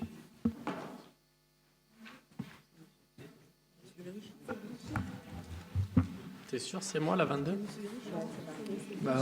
Moi j'ai monsieur Boucriche, mais... C'est pas grave, je vais la faire. Dans le cadre du développement du sport sur la ville, l'association Judo Jiu-Jitsu Gennevillois a organisé un stage de judo ski à la Toussuire du 25 au 31 décembre 2023. Ce stage a permis d'entraîner les compétiteurs de l'association avec un dojo mis à disposition et également la pratique d'un sport de glisse. Il contribue activement au développement de la pratique sportive, qui est un des axes prioritaires de la politique sportive locale, et contribue également à la cohésion de l'équipe. Afin de limiter les frais de l'association, il est proposé de leur octroyer une subvention de 1 200 €. Il s'agit d'approuver l'avenant numéro 2 à la convention d'objectifs en rajoutant la somme relative à l'attribution de cette subvention exceptionnelle. Merci, je suis désolé, ce n'était pas marqué sur votre feuille, votre nom. C'est pas grave. Moi, sur la mienne, c'est marqué. Mais bon, c'est un détail. Qui est l'unanimité sur cette délibération? Non. Une abstention. Merci. Et la 23, c'est encore vous, sur ma feuille. Cette fois-ci, c'est pour le CSMG Football. Dans le cadre du développement du sport sur la ville, la section CSMG Football de l'association CSMG Omnisport organise à la demande de la ville des animations foot-vacances sur la période des congés de printemps 2024. L'intervention s'effectue dans les équipements de proximité de la ville, gymnase et plateaux sportifs. Il s'agit d'approuver l'avenant numéro 2 à la convention d'objectifs en rajoutant la somme de 1 080 € relative à l'attribution de sa subvention exceptionnelle. Merci. Y a-t-il des interventions? J'en vois pas. L'unanimité? Oui, je vous remercie. La 24, monsieur Dany.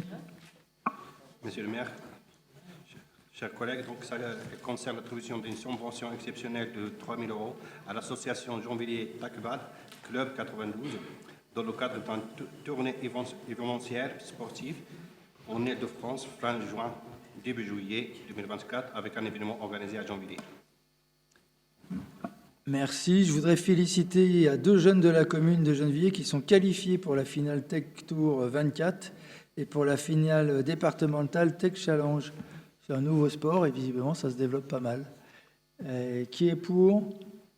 L'unanimité. Je vous remercie. Délibération 25, Madame Desmaîtres. Bonsoir à tous. Donc, il s'agit d'attribution d'une subvention exceptionnelle à l'association Phoenix Roller Derby. L'équipe première de cette association s'est brillamment qualifiée pour le championnat de France, qui a eu lieu du 30 mars au 1er avril 2024. Elle s'est rendue à La Roche-sur-Yon pour disputer cette rencontre, et ce déplacement non prévu initialement dans leur budget a généré des frais de transport, tout particulièrement. Pour les accompagner à absorber une partie de ces frais, il est proposé de leur attribuer une subvention exceptionnelle de 1 200 € pour ce déplacement. Merci. L'unanimité. Je vous remercie. Délibération 26, il s'agit d'attribuer une subvention exceptionnelle au collège Louis Pasteur pour un voyage sportif et pédagogique, claque sportive option plein air, du 26 mai au 1er juin 2024 à Carcande en Gironde. C'est une subvention exceptionnelle d'un montant de 1 500 € pour l'organisation de ce voyage pédagogique et sportif pour l'année scolaire. Vous êtes tous pour, j'imagine. Je vous remercie. Délibération 27, Monsieur Ndiaye. Bonsoir, Monsieur le maire, chers collègues.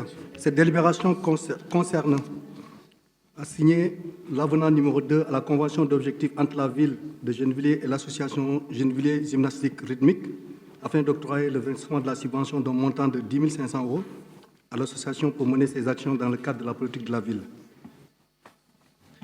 Merci. Alors, en raison de ses fonctions, Madame Morel ne prendra pas part au vote sur cette délibération. Qui est pour? L'unanimité. Je vous remercie. Délibération 28, Monsieur Ndiaye. Toujours pour cette même association, il s'agit cette fois-ci d'autoriser Monsieur le maire à signer l'avenant numéro 3 à la convention d'objectifs entre la ville de Gennevilliers et l'association Gennevilliers Gymnastique Rythmique afin d'octroyer le versement de la subvention exceptionnelle d'un montant de 3 081,52 € qui se décompose de la façon suivante: au titre des frais d'organisation hébergement, au titre des frais de déplacement pour l'organisation du déplacement de cette association au championnat IFOLEP. Merci. Alors, Madame Morel ne prendra toujours pas part au vote sur cette délibération. Qui est pour? L'unanimité. Je vous remercie. Délibération 29, Madame Massard. Oui, il s'agit de donner l'autorisation à Monsieur le maire à signer la convention d'attribution de subventions au titre de la dotation politique de la ville 2024. Merci. Qui est pour? L'unanimité. Je vous remercie. Délibération 30, Madame Massard. Il s'agit d'autoriser Monsieur le maire à attribuer des subventions aux associations dans le cadre de la dotation politique de la ville pour l'année 2024. Même vote. Même vote. Je vous remercie. Délibération 31, Madame Lanoiselet. Alors, il s'agit ce soir d'autoriser Monsieur le maire à attribuer une subvention exceptionnelle à l'association Comité France-Palestine de Gennevilliers pour un montant de 1 000 € pour contribuer au financement de 3 actions culturelles destinées à mieux faire connaître le peuple palestinien. Alors, c'est l'occasion ce soir de rappeler tout le soutien de notre ville au peuple palestinien et dire qu'il n'y a pas de mots assez forts pour condamner le massacre de Rafah de ce lundi. On est à des centaines de milliers de morts depuis le début du conflit, et notamment des femmes, des enfants, des innocents. Merci. J'en profite pour vous inviter à l'initiative Gaza sur Seine. Donc, il y a une péniche qui va descendre, je crois, de Corbeil jusqu'à Ivry, qui passe par sur la Seine, forcément, et qui fait une pause à Colombes. Donc, celles et ceux qui veulent y aller dimanche à 14h ou 15h. Il y aura un départ, je crois, ici à 14h en vélo pour y aller. C'est une déambulation culturelle avec HK, pour ceux qui connaissent. Qui est pour? L'unanimité. Je vous remercie. Délibération 32, Madame Pérez.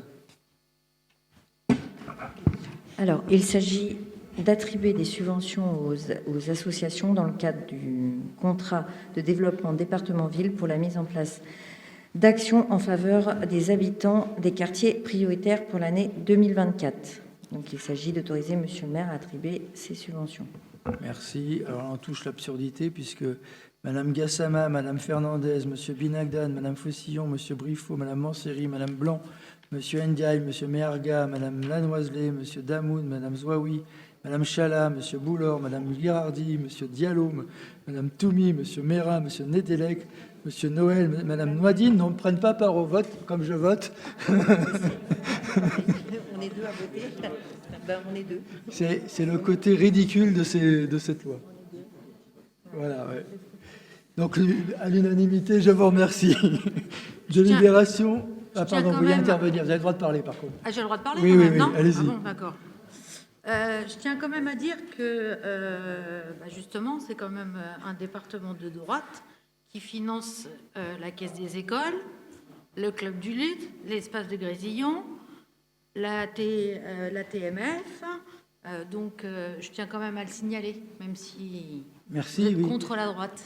Ben, c'est des subventions qu'il versait avant. Le département a décidé de ne plus les gérer et de nous laisser à nous les frais de fonctionnement. En gros, le département... Et donc, c'est nous qui décidons. On a décidé de reverser les mêmes subventions que faisait le département. Parce que le département, sinon, il nous reversait l'argent tel qu'il est versé, puis à nous de nous débrouiller. On a décidé, heureusement, parce que c'est avec nos impôts quand même. C'est quand même le département la ville de Gennevilliers rapporte plus au département des Hauts-de-Seine que ce qu'il nous reverse. Si, en transactions financières et en développement économique, je vous assure que oui. Et le département fait donc des économies un peu sur notre dos, puisqu'il a décidé par ce contrat ville de ne plus gérer les subventions. C'est nous qui les gérons à sa place, et donc c'est nous qui avons les faits de fonctionnement qu'il n'a pu. Voilà, vous avez bien fait de me demander de préciser cela. Qui est pour l'unanimité? Je vous remercie. Délibération 33, Monsieur Noël, il n'est pas là, donc Monsieur Bernier.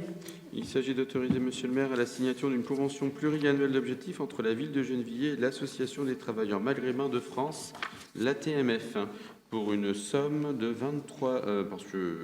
la convention est mise en place parce que l'association bénéficie d'un montant de subvention supérieur à 23 000 €.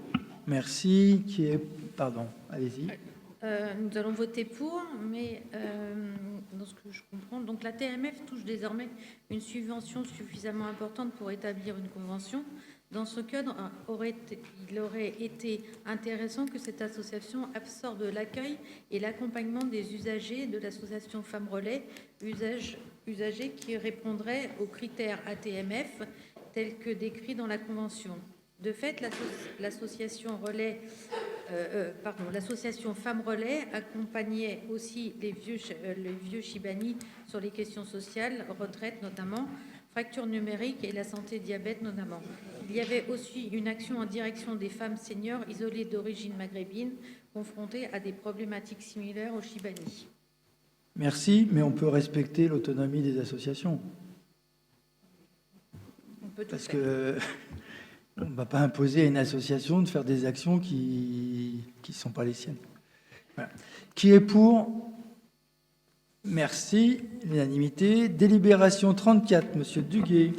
Oui, merci Monsieur le maire. Il s'agit donc d'autoriser Monsieur le maire à signer la convention partenariale entre la ville de Gennevilliers et le FFSU relative à l'accompagnement de la ville dans la mise en œuvre de sa stratégie territoriale de sécurité et de prévention de délinquance de 2024-2027. Merci. Pas d'intervention? Vous allez me décevoir. Ah bah si, il y a 34. Non? 34. Non? Bon, alors, qui est pour? Vous en foutez de la sécurité, vous. Allez, délibération 35. Vous faites des commentaires désobligeants à mon... C'est pas gentil. Non, c'est vrai. Délibération 35, Madame Moreau. Il s'agit d'autoriser Monsieur le maire à signer l'avenant numéro 7 à la convention pluriannuelle d'objectifs entre la ville de Gennevilliers et l'association ACGEC, Arcage, considérant que celui-ci perçoit des subventions dont le montant annuel cumulé dépasse la somme de 23 000 €. Merci. Alors, sur cette délibération, Madame Gassama, Madame Fernandez, Monsieur Binagdan et Madame Faucillon ne prendront pas part au vote. L'unanimité? Non. Allez-y. Donc, on va voter contre, parce que nous sommes déjà prononcés sur le sujet et nous allons donc voter contre cette subvention allouée à l'association qui gère l'espace des Grésillons, car les méthodes qui ont été employées pour écarter les agents qui travaillaient sur place n'ont pas été très humaines à leur sujet. D'accord. Donc, si on vote tous contre, on licencie tout le monde. Bah si, ça va faire ça. Ça fera ça, hein. Si on vote tous contre, l'association n'a plus d'argent, donc on licencie tout le personnel de l'association. Qui est pour? L'unanimité moins 1 contre. Délibération 36, il s'agit de m'autoriser à signer une convention pluriannuelle d'objectifs entre la ville de Gennevilliers et l'association K2 Clic numérique pour une somme qui dépasse les 23 000 €. Qui est pour? L'unanimité. Je vous remercie. La 37, Madame Toumi. La 37, il s'agit d'autoriser Monsieur le maire à signer la convention partenariale entre la ville de Gennevilliers et l'éducation nationale pour un projet de mise en place de parcours éducatifs et de citoyenneté avec notre service prévention sécurité de la ville, donc, et le collège Édouard Vaillant. Merci. Allez-y. Nous sommes pour. On estime que c'est une bonne initiative dont on attend les résultats, car à première vue, le dispositif est souvent sous-dimensionné par rapport aux besoins. Merci. Et tu veux dire quelque chose? Par rapport aux besoins, il faut quand même savoir qu'on est quand même sur les enfants qui sont repérés par la cellule de veille sociale et éducative sous l'égide du procureur des Hauts-de-Seine comme étant en situation d'infradélinquance. Donc on n'est pas non plus dans un projet de masse. Merci.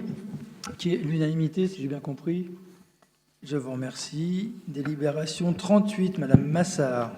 Oui, il s'agit de prendre acte de la présentation du rapport relatif à la mise en œuvre de la politique de la ville à Gennevilliers pour l'année 2023. Merci. On prend tous acte? Non. Oui, nous prenons acte. On a quelques remarques concernant ce rapport. L'expérimentation de l'extinction des lumières la nuit est, de notre point de vue, un peu probante, car accidentogène, et elle renforce le sentiment d'insécurité, même si de 1h30 à 5h du matin, cela reste problématique pour les habitants qui se lèvent très tôt pour aller travailler. Par ailleurs, nous avons constaté à de nombreuses reprises que des luminaires publics étaient allumés en journée, ce qui pose question sur la cohérence de ce dispositif. Nous avons également des choses à dire sur le programme Anne-Rue des Agnettes, mais on y reviendra dans notre vue. Merci. Juste sur le caractère accidentogène, vous avez des données qui ont prouvé qu'il y avait plus d'accidents avec l'extinction des lumières? Parce que nous, on a les données inverses. Enfin, inverses, ça n'a rien changé en fait. Par contre, juste pour être à jour, il n'y a plus d'extinction de lumière depuis plusieurs mois, depuis le mois de février, sauf dans la zone d'activité économique. C'est ce qui avait notifié dans le rapport. Moi, j'ai lu le rapport. Mais est-ce qu'il y a eu une augmentation des accidents? C'est pas notifié. C'est pas notifié. Non, parce que vous dites qu'il y a une augmentation des côtés accidentogènes. Vu l'état de certains trottoirs dans certaines rues, quand il n'y a pas de lumière... Non, ce que je veux dire, c'est que c'est pas prouvé. C'est-à-dire, vous demandez des évaluations sur tous les autres dossiers. Là, on a des évaluations, c'est pas ça l'évaluation. Je vous donne. Par contre, que les gens aient plus peur et se sentent pas en sécurité, ça, vous avez raison. C'est aussi pour ça qu'on a rallumé dans la ville et qu'on a éteint. Vous n'allez pas me dire que dans certains endroits, les trottoirs sont dans un état. Oui, mais ce que je vous dis, et je vous dis que quand il n'y a pas de lumière, c'est comme moi qui rentre quand même assez tard. Je ne vais pas prendre mon cas pour une généralité, mais c'est quand même assez dangereux. 0 accident pendant toute la période qui a été extinction. Parce qu'ils n'ont pas été déclarés. Zéro accident. Vous voulez que je vous les déclare, les miens? Déclarez-les, oui. Déclarez-les, oui, ce serait mieux. Mais ceci dit, la question, c'est qu'on l'a laissé éteint dans la zone d'activité économique. Donc là, depuis, ça perdure tout le temps. On n'a pas plus d'accidents dans la zone d'activité économique qu'avant, après.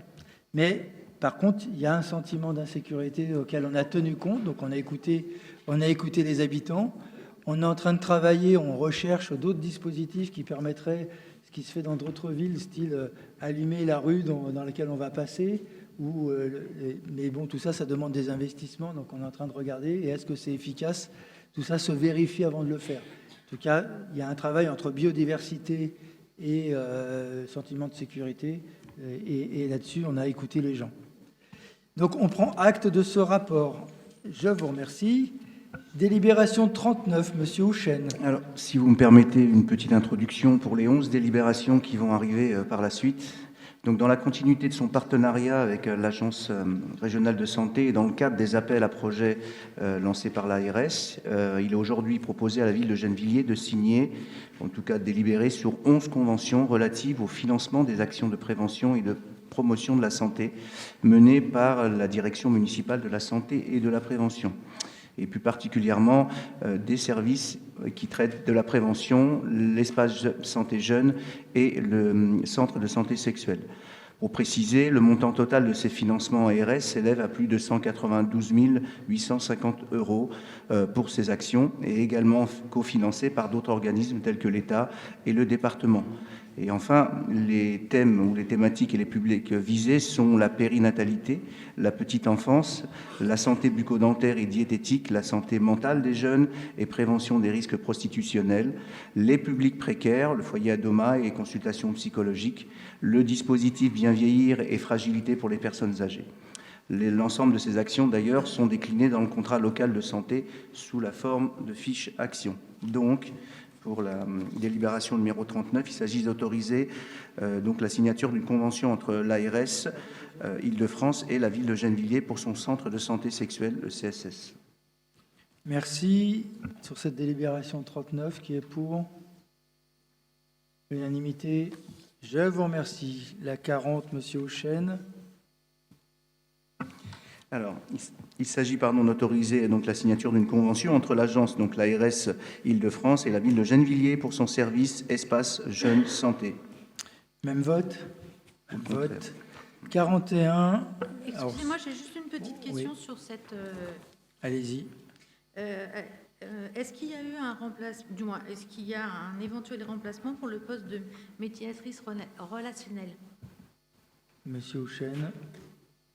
Alors là, a priori, oui, mais... Oui, les recrutements sont en cours, si c'est ça votre question. Oui.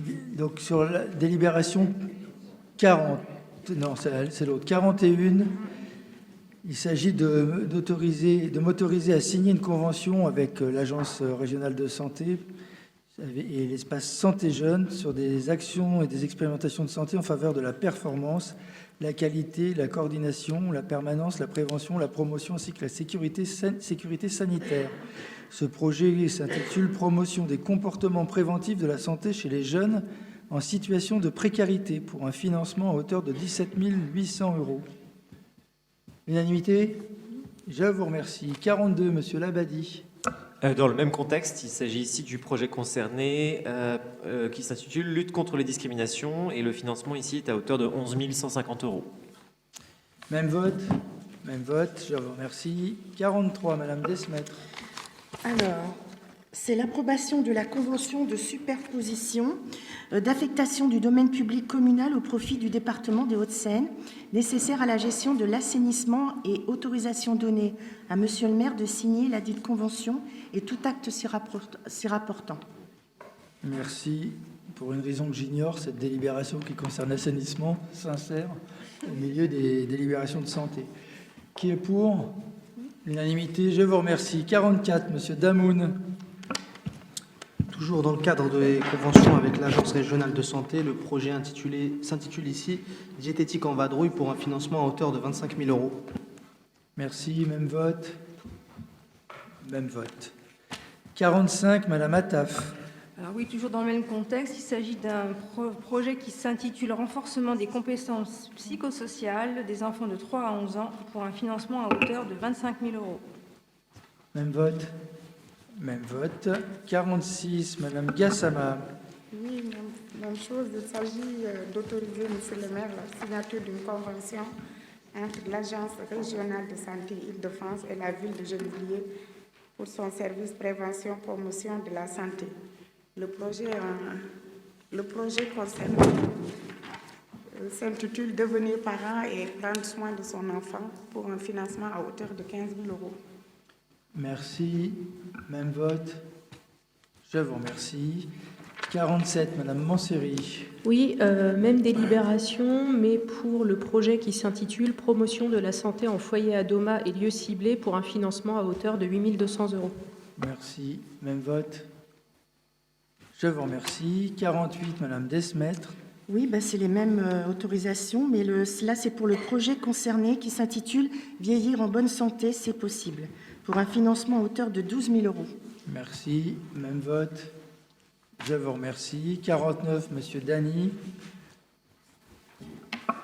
Il s'agit d'autorisation de signature d'une convention entre l'Agence régionale de santé de France et la ville de Gennevilliers pour son service promotion de la santé sur le projet intitulé Promotion de la santé bucco-dentaire pour un montant de financement de l'ordre de 38 700 euros.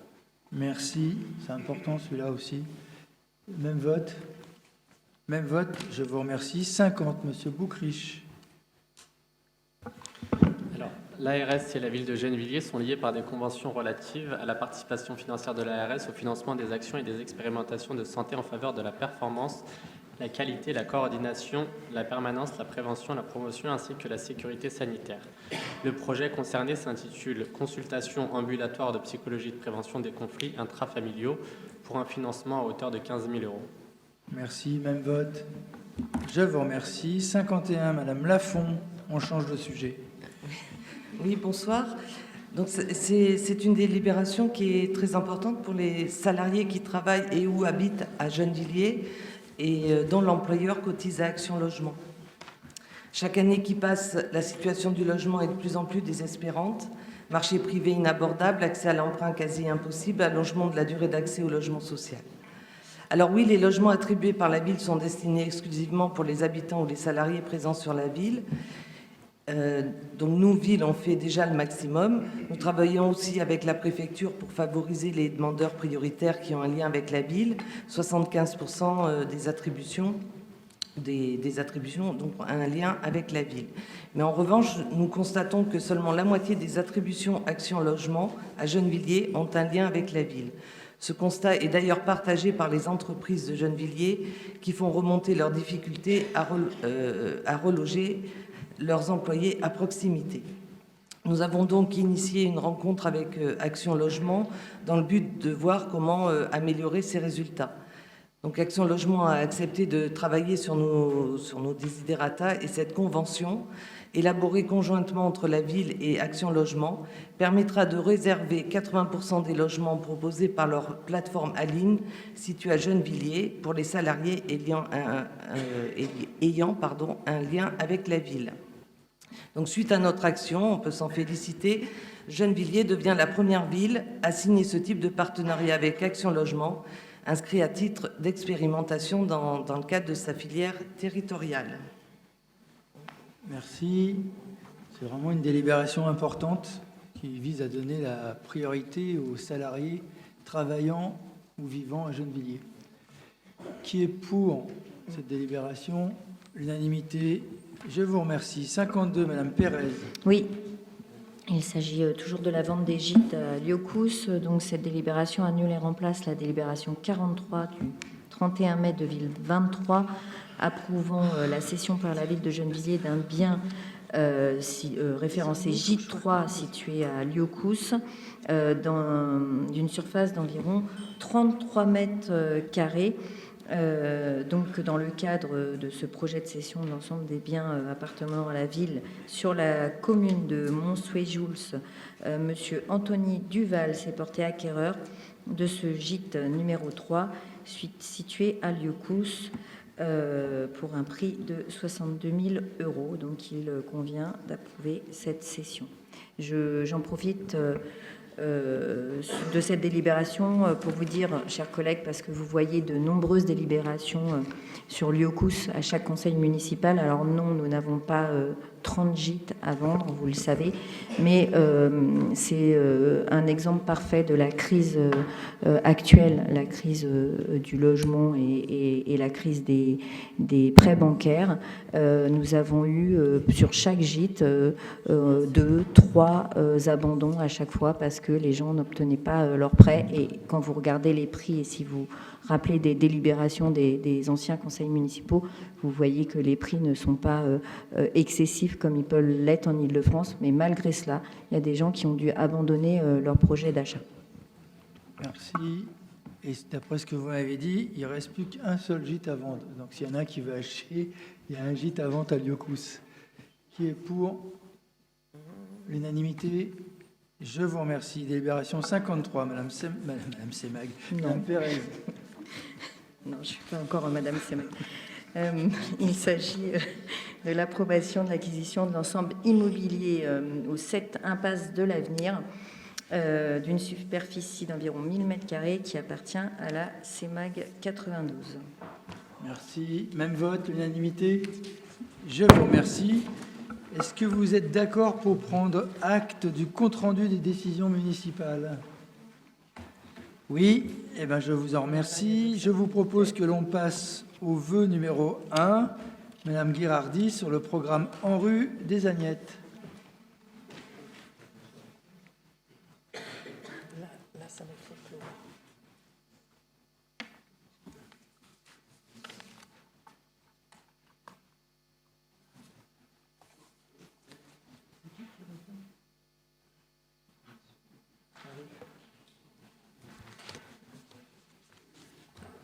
Donc, à travers ce vœu, nous interpellons la majorité municipale au sujet du programme ANRU des Agnettes.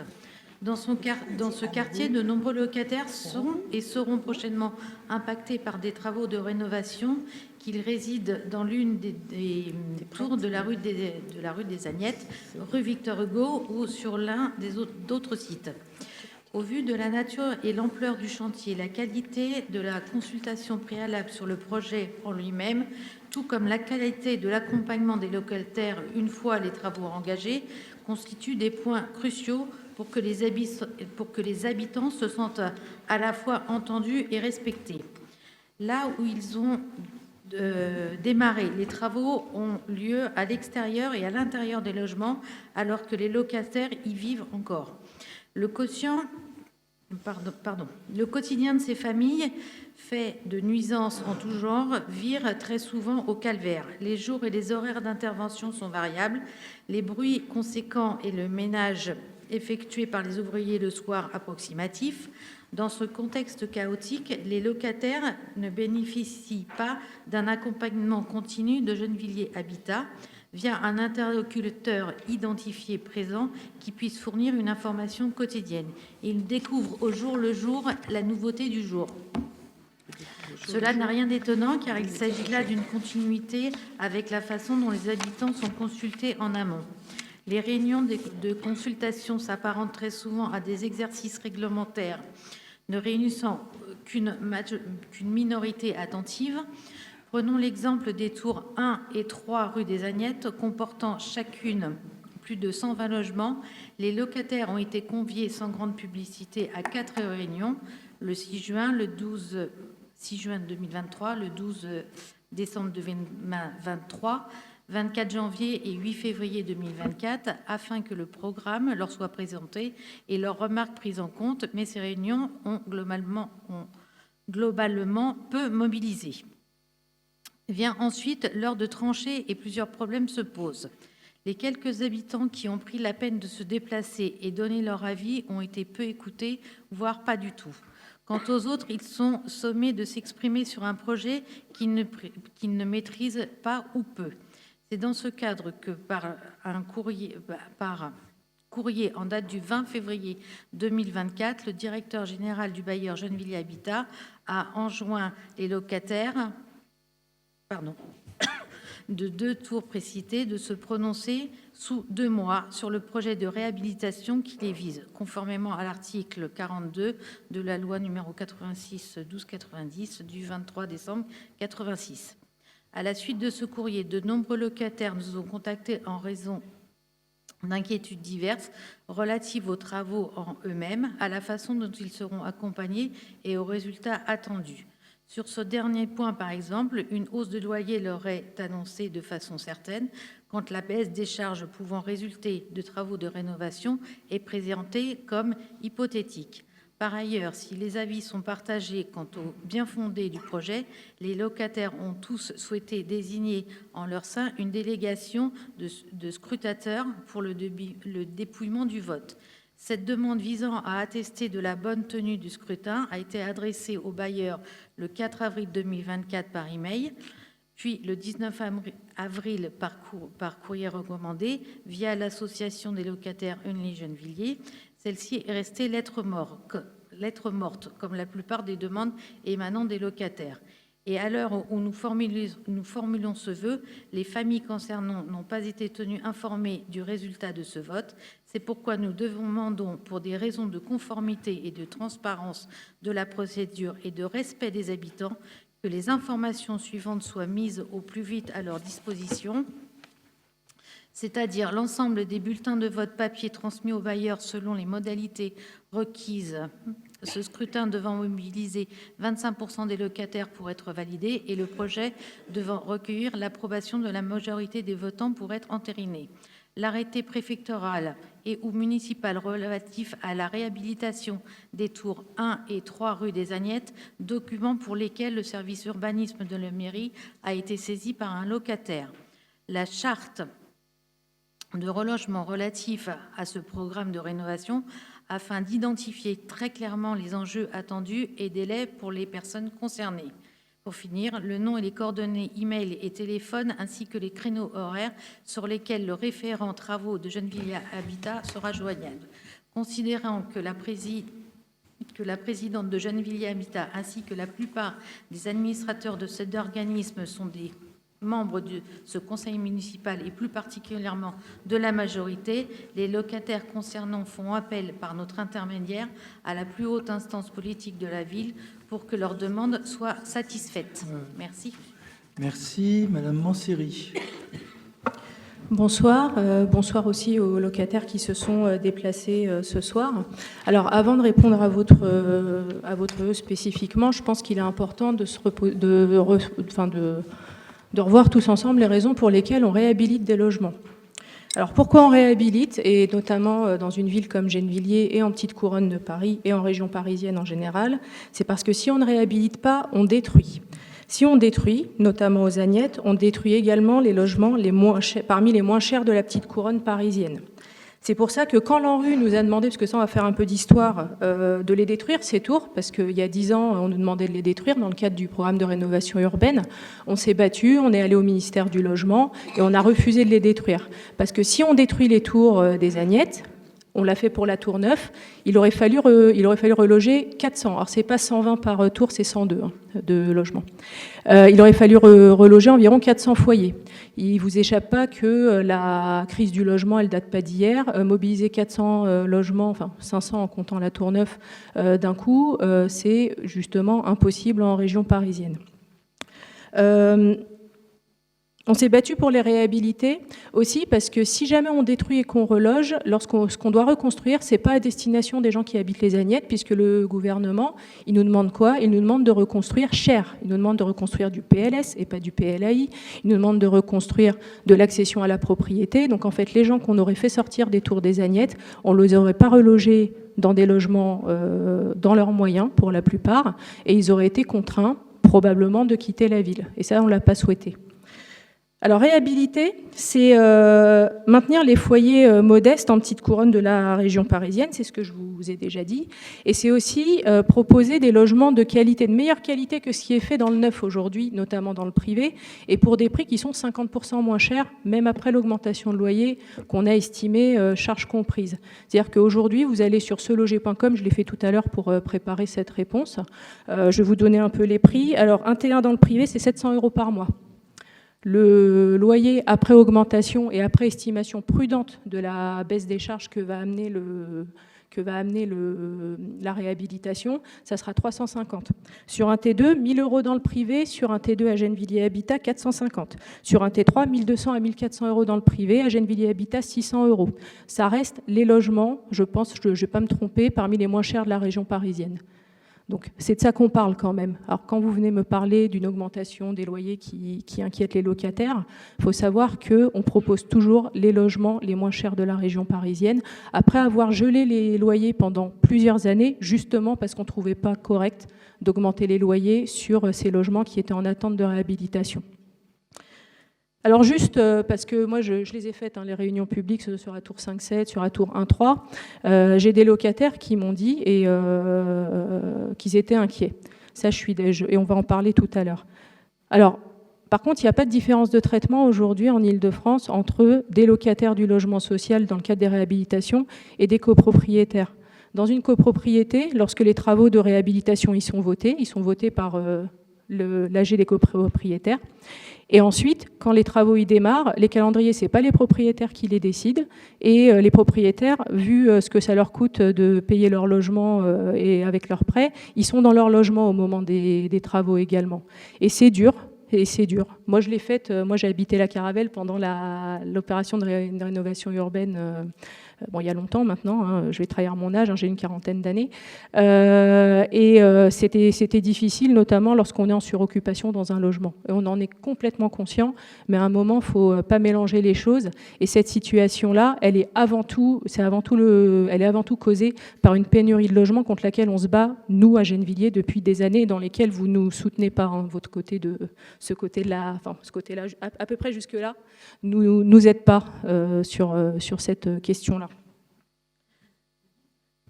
Ah bah, excusez-moi, hein, mais quand on manifeste, quand on fait des pétitions, quand on dit que ce serait bien que l'État mette au pot et qu'à chaque fois vous dites « Ah bah non, vous appelez l'État, mais qu'est-ce que vous faites la ville ?» Si, c'est exactement ce que vous dites. Mais oui, madame. Alors... Et puis dans les copropriétés, souvent, les travaux de réhabilitation, soit on les abandonne parce que c'est trop cher, soit on les fait au rabais parce que c'est trop cher, soit on s'endette. Et on a des copropriétés à Gennevilliers où les gens s'endettent et où ils se mettent en difficulté parce qu'ils s'endettent pour pouvoir payer les réhab. Sur les tours 1 à 3, c'est 70 000 € par logement qui sont engagés. 70 000 €, on refait tout. On refait tout, on refait les pièces humides, on repasse un petit coup de peinture là où il faut, on refait les sols à certains endroits et surtout, on améliore significativement la performance énergétique. Sur le plan écologique comme sur le plan économique pour nos locataires, c'est ce qu'il faut faire. Et franchement, ne pas soutenir une réhabilitation, c'est à la fois, je pense, hein, et je vais vous le dire comme je le pense, irresponsable. Parce que ne pas soutenir une réhabilitation, c'est dire à nos locataires, ah bah oui, parce qu'en la remettant en question de la manière dont vous... Non, ne me répondez pas tout de suite, je vous laisserai répondre après. La manière dont vous présentez les choses, vous nous posez la question du bien fondé de cette réhabilitation. Et ah bah, dans ce cas-là, il faudra relire votre vœu, madame. Et donc, faire croire qu'une réhabilitation serait néfaste. Ça, c'est irresponsable. Faire croire qu'on peut faire une réhabilitation aujourd'hui en Île-de-France en milieu non occupé, c'est mensonger. Encore une fois, nous, tout ce qu'on veut faire, c'est permettre à des populations modestes de pouvoir rester à Gennevilliers dans des conditions de loyer qui sont très bas. Alors, c'est 2 ans qui sont difficiles. Et en général, c'est 2 ans à peu près, une réhabilitation. C'est 3 ans quand les entreprises ne travaillent pas très bien ensemble, comme c'est le cas actuellement sur la tour 5 et 7. Mais bon, c'est un autre prestataire qui va s'occuper des tours 1-3, donc on a bon espoir que ça se passe quand même beaucoup mieux. Mais c'est sans comparaison avec le mal-vivre dans des logements mal isolés et devenus vétustes. Après, vous pouvez comprendre, et encore une fois, vous ne vous battez pas avec nous hein, sur la question des logements, que faire des réhabilitations à vide, c'est une chose que vous nous avez demandé, déjà, vous nous en avez déjà parlé dans ce conseil municipal, et c'est quelque chose qui est impossible. Donc faire croire qu'on aurait pu faire autrement, c'est vraiment mettre de la polémique là où il n'y en a pas. On ne pouvait pas faire autrement. Et ce n'est pas volontaire de notre part. Je termine, madame. Je termine, madame. Je termine. Justement, c'est pour ça que je vous dis, je vais vous parler du vœu après. Alors justement, sur votre vœu, donc comme je vous disais, sur la forme. Il s'agit d'une bande de documents et de renseignements dont, honnêtement, vous auriez pu vous dispenser de nous les demander ici parce que la plupart des choses que vous nous demandez, c'est disponible sur Internet. Hein. Donc j'espère que les gens que vous avez déplacés ce soir, ils sont contents d'avoir passé leur soirée ici plutôt qu'auprès de leur famille. Alors vous auriez pu juste travailler un petit peu avant. Et je vais vous expliquer de quoi il s'agit. Tout d'abord, sur l'obtention d'un arrêté préfectoral relatif à l'opération. Alors ce document, il n'existe pas. C'est-à-dire que ça, l'arrêté préfectoral, vous confondez en fait avec les opérations de démolition. Là, c'est une opération de réhabilitation. Dans le cas d'une opération de réhabilitation, c'est un permis de construire qu'on dépose. Ce permis de construire, il a été déposé mi-mai, je crois. Et le permis de construire, maintenant, on va attendre qu'il soit validé par la ville. Donc en fait, et ça, pour le coup, vous êtes quand même élu municipal, vous mobilisez du temps de tout le monde. Ça aurait été, je pense, appréciable que vous vous renseigniez sur la procédure en général des réhabilitations. Là, je termine, madame. Je suis désolée, ça a été demandé par des locataires. Donc nous, oui, mais en même temps, qu'un locataire sache pas, je comprends, que quelqu'un qui a pris un mandat municipal et qui décide de porter la voix des locataires, mais peu importe, qui décide de porter la voix des locataires, il peut se renseigner un peu avant et essayer de dire des choses vraies aux gens. Ensuite, on va arriver sur la consultation. Cette consultation, elle a été complètement réglementaire. Alors, vous parlez de l'opération NPNRU en général, mais bon, on va se concentrer sur le 1.3 Agnette. Mais sur l'opération en rue globale sur l'ensemble du quartier des Agnettes, c'est déjà une quinzaine de réunions qui ont eu lieu depuis 2021. Et comme vous l'avez dit, il y en a eu 4 spécifiquement sur les tours. Cette consultation sur les tours, donc avec les réunions de concertation, l'information elle est passée par les boîtes aux lettres et par des affichages dans les endroits concernés. Donc quand vous dites sans grande publicité, bon, les locataires, a priori, ils rentrent chez eux le soir, donc ils ouvrent leur boîte aux lettres, donc l'information, ils l'ont eue d'une manière ou d'une autre.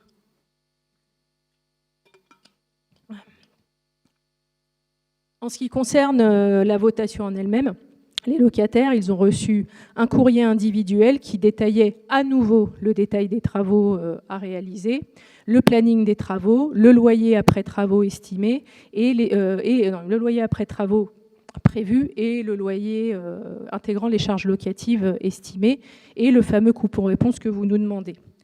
Alors les résultats, ils ont été validés par un huissier. Maintenant on appelle ça un commissaire de justice, je crois. Donc il y a un huissier. Et donc ils seront communiqués prochainement aux locataires. Et pourquoi est-ce qu'on a choisi un commissaire de justice? Parce que c'est bien de venir avec des bonnes idées comme faire dépouiller les bulletins par les locataires eux-mêmes, sauf que les bulletins, ils sont nominatifs. Et dans le cadre d'une réhabilitation, vous avez raison, hein, il y a 2 choix. Il y a soit on l'a fait, soit on l'a fait pas. Si on l'a fait, on part pour 2 ans de nuisance très très lourde, et ça, on en est très conscient. Et si on ne la fait pas, on part pour encore des années d'inconfort dans des logements qui ont fortement besoin d'une réhabilitation.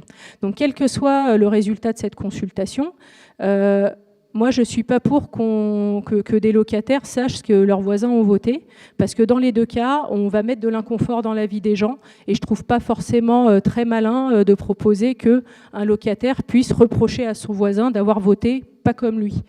Sur un sujet aussi sensible que celui-là.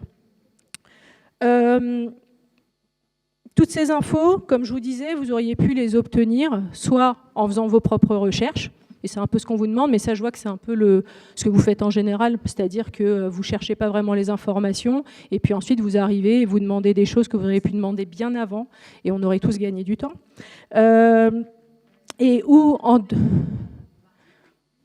Wow. Oh non, non. Par contre, moi, ce que je suis en train de vous dire... Comment ? Alors, si je peux me permettre... Alors, oui. Ou sinon, plutôt que d'amener ces questions-là en conseil municipal, puisqu'elles concernent Gennevilliers Habitat, vous auriez pu passer par une association de locataires qui siège effectivement au conseil d'administration de Gennevilliers Habitat, puisque vous êtes passé par l'UNLI, et il se trouve que l'UNLI n'a pas pu déposer de liste lors des dernières élections des locataires, et donc on travaille tout d'abord avec les associations qui sont représentatives et qui sont au sein du CA. Parce que pour le coup, il y a une chose que effectivement je ne tolérerai pas, c'est qu'on essaye de court-circuiter la démocratie locative et que vous utilisiez le conseil municipal pour passer au-dessus des associations de locataires, ah bah oui, qui ont été elles-mêmes élues au conseil d'administration de Gennevilliers Habitat. Cela dit, comme apparemment vous avez besoin de vous documenter un peu plus sur le logement social en général et sur la gestion locative, sur la gestion de Gennevilliers Habitat, ça tombe bien, il y a un poste d'administrateur qui va se libérer bientôt à Gennevilliers Habitat et je vous invite à postuler. Vraiment. Par contre, si jamais vous prenez ce mandat et vous acceptez ce mandat d'administratrice, il y aura des conditions d'assiduité parce que votre prédécesseur, il était pas beaucoup plus présent que lors du conseil municipal, puisque c'était M. Méharga. Mais vraiment, je vous le dis sincèrement, je préférais qu'on ait ces discussions dans le cadre du conseil d'administration de Gennevilliers Habitat. Donc, non, vraiment, je vous invite, et c'est pas une blague. C'est vraiment pas une blague. Donc, je vous laisse ce choix-là. Par contre, si vous voulez poser votre candidature, c'est avant le 6 juin, lors du prochain conseil d'administration de Gennevilliers Habitat. Enfin, j'en termine pour rappeler que...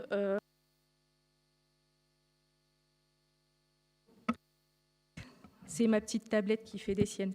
Que le logement social, c'est un système qui fonctionne quand les pouvoirs publics jouent leur rôle. Si vous voulez des logements en nombre, de qualité, accessibles et à loyer abordable, cela c'est possible qu'avec les financements de l'État pour la construction, la réhabilitation et l'adaptation. Dès que l'État baisse ou supprime des moyens aux organismes HLM, c'est forcément le locataire qui trinque parce que c'est dans les loyers qu'on va aller chercher ce que l'État finançait jusque-là et ce qu'il ne finance plus depuis au moins 15 ans. Et un petit, peut-être aussi quelque chose qui est important, c'est que, curieusement, à part l'UNI locale, puisque vous me parlez de l'UNI dans votre vœu, toutes les associations de locataires, y compris l'UNI nationale, ils demandent et ils soutiennent des politiques de réhabilitation qui protègent les locataires de l'envolée des loyers et qui est beaucoup plus écologique que la destruction-reconstruction. Et aucune association de locataires aujourd'hui n'a, alors j'allais dire un autre mot, mais l'audace de demander à ce qu'en région parisienne on fasse ça en milieu occupé, parce que contrairement à vous apparemment, en face en milieu inoccupé, parce que contrairement à vous apparemment, ils ont une conscience aiguë de la crise du logement. Je vous remercie.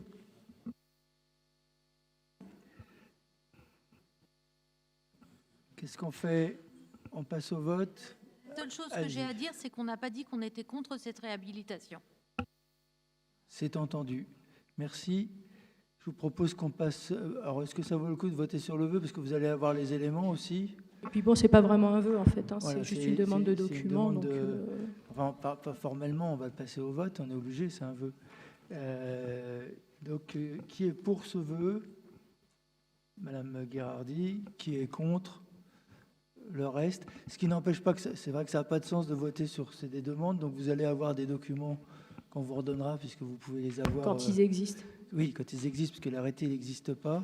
Il y a la charte de relogement que vous pourrez avoir. Il n'y en a pas, puisque c'est une opération de réhabilitation. C'est vrai. Donc en fait, d'ailleurs, oui, j'ai oublié de le préciser, il n'y a pas de charte de relogement non plus dans une opération de réhabilitation. En revanche, je pense que votre demande, elle doit concerner les personnes du 12e étage qui vont être relogées, puisqu'on supprime leur logement pour construire des duplex. Et on s'est engagé à opérer ces relogements dans les mêmes conditions que les relogements destruction qui ont lieu au 39-45 avec les conditions de la mousse. Dans les mêmes conditions que l'ANRU, qu'on fait. Merci. On passe à la question orale. Madame Guérardi.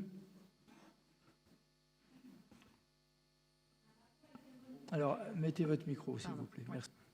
Un rapport a été remis à la ville en début d'année et ses conclusions sont formelles quant à la présence de plomb sur le terrain du centre de loisirs Yuri Gagarin. Si la décision de fermer ce centre de loisirs a été prise dans un délai acceptable, juste après la réception du rapport, pouvez-vous nous expliquer en quoi la campagne de dépistage du saturnisme peut être probante quand les examens sanguins sont effectués au bout de 3 mois alors que le plomb ne reste qu'un mois dans le sang?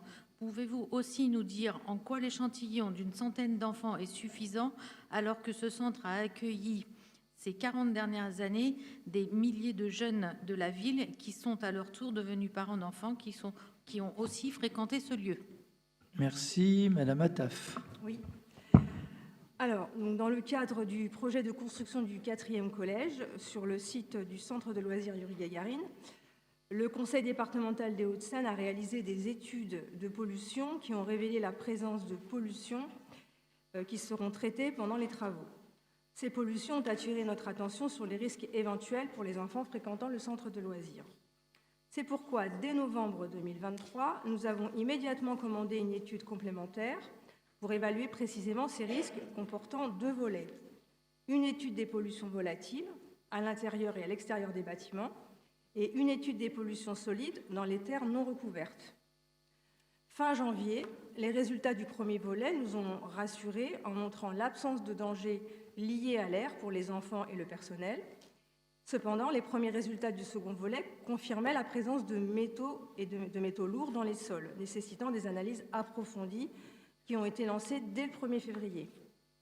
Sans même attendre les résultats définitifs de ces analyses complémentaires, nous avons décidé, dès le 9 janvier 2024, par précaution, de fermer le centre Yuri-Gagarin et de déplacer le centre de loisirs.